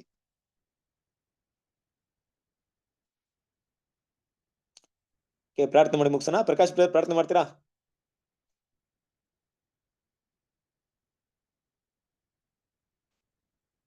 ಹಾ ಬ್ರದರ್, ಪ್ರಾರ್ಥನೆ ಮಾಡ್ಕೊಳ್ಳೋಣ. ಪ್ರೀತಿ ಉಳ್ಳ ಪರಲೋಕದಲ್ಲಿ ತಂದೆಯಾದ ದೇವ್ರೆ, ಈ ಸುಂದರವಾದ ರಾತ್ರಿ ವೇಳೆಗಾಗಿ ಸ್ತೋತ್ರ ಸ್ವಾಮಿ. ಅಪ್ಪ, ಈ ರೀತಿಯಾಗಿ ಮಾಧ್ಯಮದ ಮೂಲಕ ನಾವೆಲ್ಲರೂ ಸೇರಿ ಬರುವಂತೆ ಮಾಡಿಕೊಟ್ಟಂತೆ ಅವಕಾಶಕ್ಕಾಗಿ ಸ್ತೋತ್ರ. ರೋಮಪುರದ ಪತ್ರಿಕೆ ಇರುವಂತ ವಿಷಯಗಳ ಕುರಿತು ಸ್ವಾಮಿ, ಕ್ರಿಸ್ತನಿಗಾದಂತಹ ಶೋಧನೆಗಳು, ಹೋರಾಟಗಳ ವಿಷಯದಲ್ಲೂ ಕೂಡ ಅವರು ನಂಬಿಗಸ್ತರಾಗಿ ಕೊನೆಯವರೆಗೂ ಸಹ ಅಪ್ಪ ನಿನ್ನ ಮಗನಾಗಿ ಅವರು ಆಗ್ಲಿಕ್ಕಾಗುವಂತೆ ಸಹಾಯ ಮಾಡಿದ್ದಿ, ಅದಕ್ಕಾಗಿ ಸ್ತೋತ್ರ ಸ್ವಾಮಿ. ನಮಗೂ ಸಹ ಅದೇ ಅವಕಾಶವನ್ನು ಕೊಟ್ಟಿದ್ದಿ ಸ್ವಾಮಿ. ನಮ್ಗೆ ಕೊಟ್ಟಂತ ಅವಕಾಶ ಸಹ ನಾವು ನಂಬಿಗಸ್ತರಾಗಿ ನಮ್ಮ ಓಟವನ್ನು ಓಡ್ಲಿಕ್ಕಾಗುವಂತೆ ಸಹಾಯ ಮಾಡು ಸ್ವಾಮಿ. ನಾವು ಪುನರ್ತನ ಎದ್ದು ಬರುವಾಗ ಮಾತ್ರ ನಾವು ದೇವ್ರ ಮಕ್ಕಳಾಗಿ ಅನ್ಸ್ಕೊಳ್ಲಿಕ್ಕೆ ಸಾಧ್ಯ ಎಂಬುದಾಗಿ ನಾವು ಈಗ ಕೇಳಿರುವಾಗ, ಹೌದು ಸ್ವಾಮಿ, ಈಗ ನೀನು ಮಕ್ಕಳಂತ ಕರಿತಾ ಇದ್ದೀವಿ, ನಾವು ನಿಮ್ಮ ತಂದೆ ಅಂತ ಕರಿತಾ ಇದ್ದೀವಿ. ಆದ್ರೆ ಮುಂದಿನ ನಮ್ಮ ಒಂದು ಜೀವಿತದ ಅಂತ್ಯದಲ್ಲಿ ಸ್ವಾಮಿ ಅದು ನಿಜವಾದ್ದು ಏನನ್ನೋದು ಗೊತ್ತಾಗುತ್ತೆ. ಅದಕ್ಕಾಗಿ ಸ್ತೋತ್ರ ಸ್ವಾಮಿ. ನಮ್ಮ ಓಟವನ್ನು ಓಡ್ಲಿಕ್ಕೆ ನಮಗೆ ಸಹಾಯ ಮಾಡು. ನೀನು ಪವಿತ್ರಾತ್ಮ ಕೊಟ್ಟು ನಡೆಸು. ಕೇಳಿ ಬಂದ್ರು ಇಲ್ಲಿ ಬಂದಿರುವಂತ ಎಲ್ಲ ನಿಮ್ಮ ಮಕ್ಕಳನ್ನ ಆಶೀರ್ವದಿಸು. ವಾಕ್ಯಂಚಿತ ಸಹ ನಿಮ್ಮ ಸೇವಕರನ್ನ ಆಶೀರ್ವದಿಸಪ್ಪ. ನಿಮ್ಮ ನಾಮ ಒಂದೇ ಮಹಿಮೆ ಹೊಂದಲಿ. ಯೇಸು ಸ್ವಾಮಿ ಹೆಸರಲ್ಲಿ ಪ್ರಾರ್ಥಿಸ್ತೀನಪ್ಪ ತಂದೆ, ಆಮೇನ್. Thank you brother. ಎಲ್ಲಪ್ಪ ಬ್ರದರ್, ಇಂದ ರಿಕಾರ್ಡ್ ನಿಮ್ಗೆ ಬಂದಿದೆ, ಹೋಸ್ಟ್ ನಿಮ್ಗೆ ಆಗಿದೆ. ರಿಕಾರ್ಡ್ ಅಲ್ಲಿ ಕ್ಲೋಸ್ ಮಾಡ್ಕೊಳ್ಳಿ. ನಾನು ಆಗ್ಲೇ ಇದಾಯ್ತಲ್ಲ. ಎಲ್ಲ ಬ್ರದರ್ಸ್ ಅಂಡ್ ಸಿಸ್ಟರ್ಸ್ಗೆ ನಮಸ್ಕಾರ. ನಮಸ್ತೆ. Thank you brother. ಎಲ್ರಿಗೂ ನಮಸ್ತೆ. Good night. ನಮಸ್ತೆ. ಎಲ್ಲಾರ್ಗು ನಮಸ್ತೆ ಸಿಸ್ಟರ್ ಬ್ರದರ್ಸ್, ನಮಸ್ತೆ. ನಮಸ್ತೆ ನಮಸ್ತೆ ಬ್ರದರ್. ಎಲ್ಲರಿಗೂ ನಮಸ್ತೆ. ನಮಸ್ತೆ. ನಮಸ್ತೆ ನಮಸ್ತೆ ರಿಷಬ್ ಸರ್. ನಮಸ್ತೆ ಬ್ರದರ್. ನಮಸ್ತೆ. ನಮಸ್ತೆ ನಮಸ್ತೆ ಸರೋಜ ಸಿಸ್ಟರ್, ಮೋಹನ್ರಾಜ್ ಬ್ರದರ್, ಎಲ್ಲಪ್ಪ ಬ್ರದರ್. ನಮಸ್ತೆ. ಎಲ್ಲರಿಗೂ ಗುಡ್ ನೈಟ್. ನಮಸ್ತೆ. ನಮಸ್ತೆ. ದಯವಿಟ್ಟು ಕೆಲವರು ಮಿಸ್ ಮಾಡಿದ್ದು ದಯವಿಟ್ಟು ಕ್ಷಮಿಸ್ಕೊಳ್ಳಿ. ವರಲಕ್ಷ್ಮಿ ಸಿಸ್ಟರ್, ಸುನಂದ ಸಿಸ್ಟರ್, ನಮಸ್ತೆ.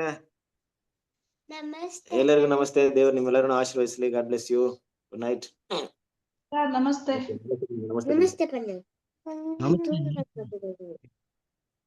ನಮಸ್ತೆ ಬ್ರದರ್. ಎಲ್ಲ ಬ್ರದರ್ ಸಿಸ್ಟರ್ಗೆ ನಮಸ್ತೆ. ನಮಸ್ತೆ. ನಮಸ್ತೆ.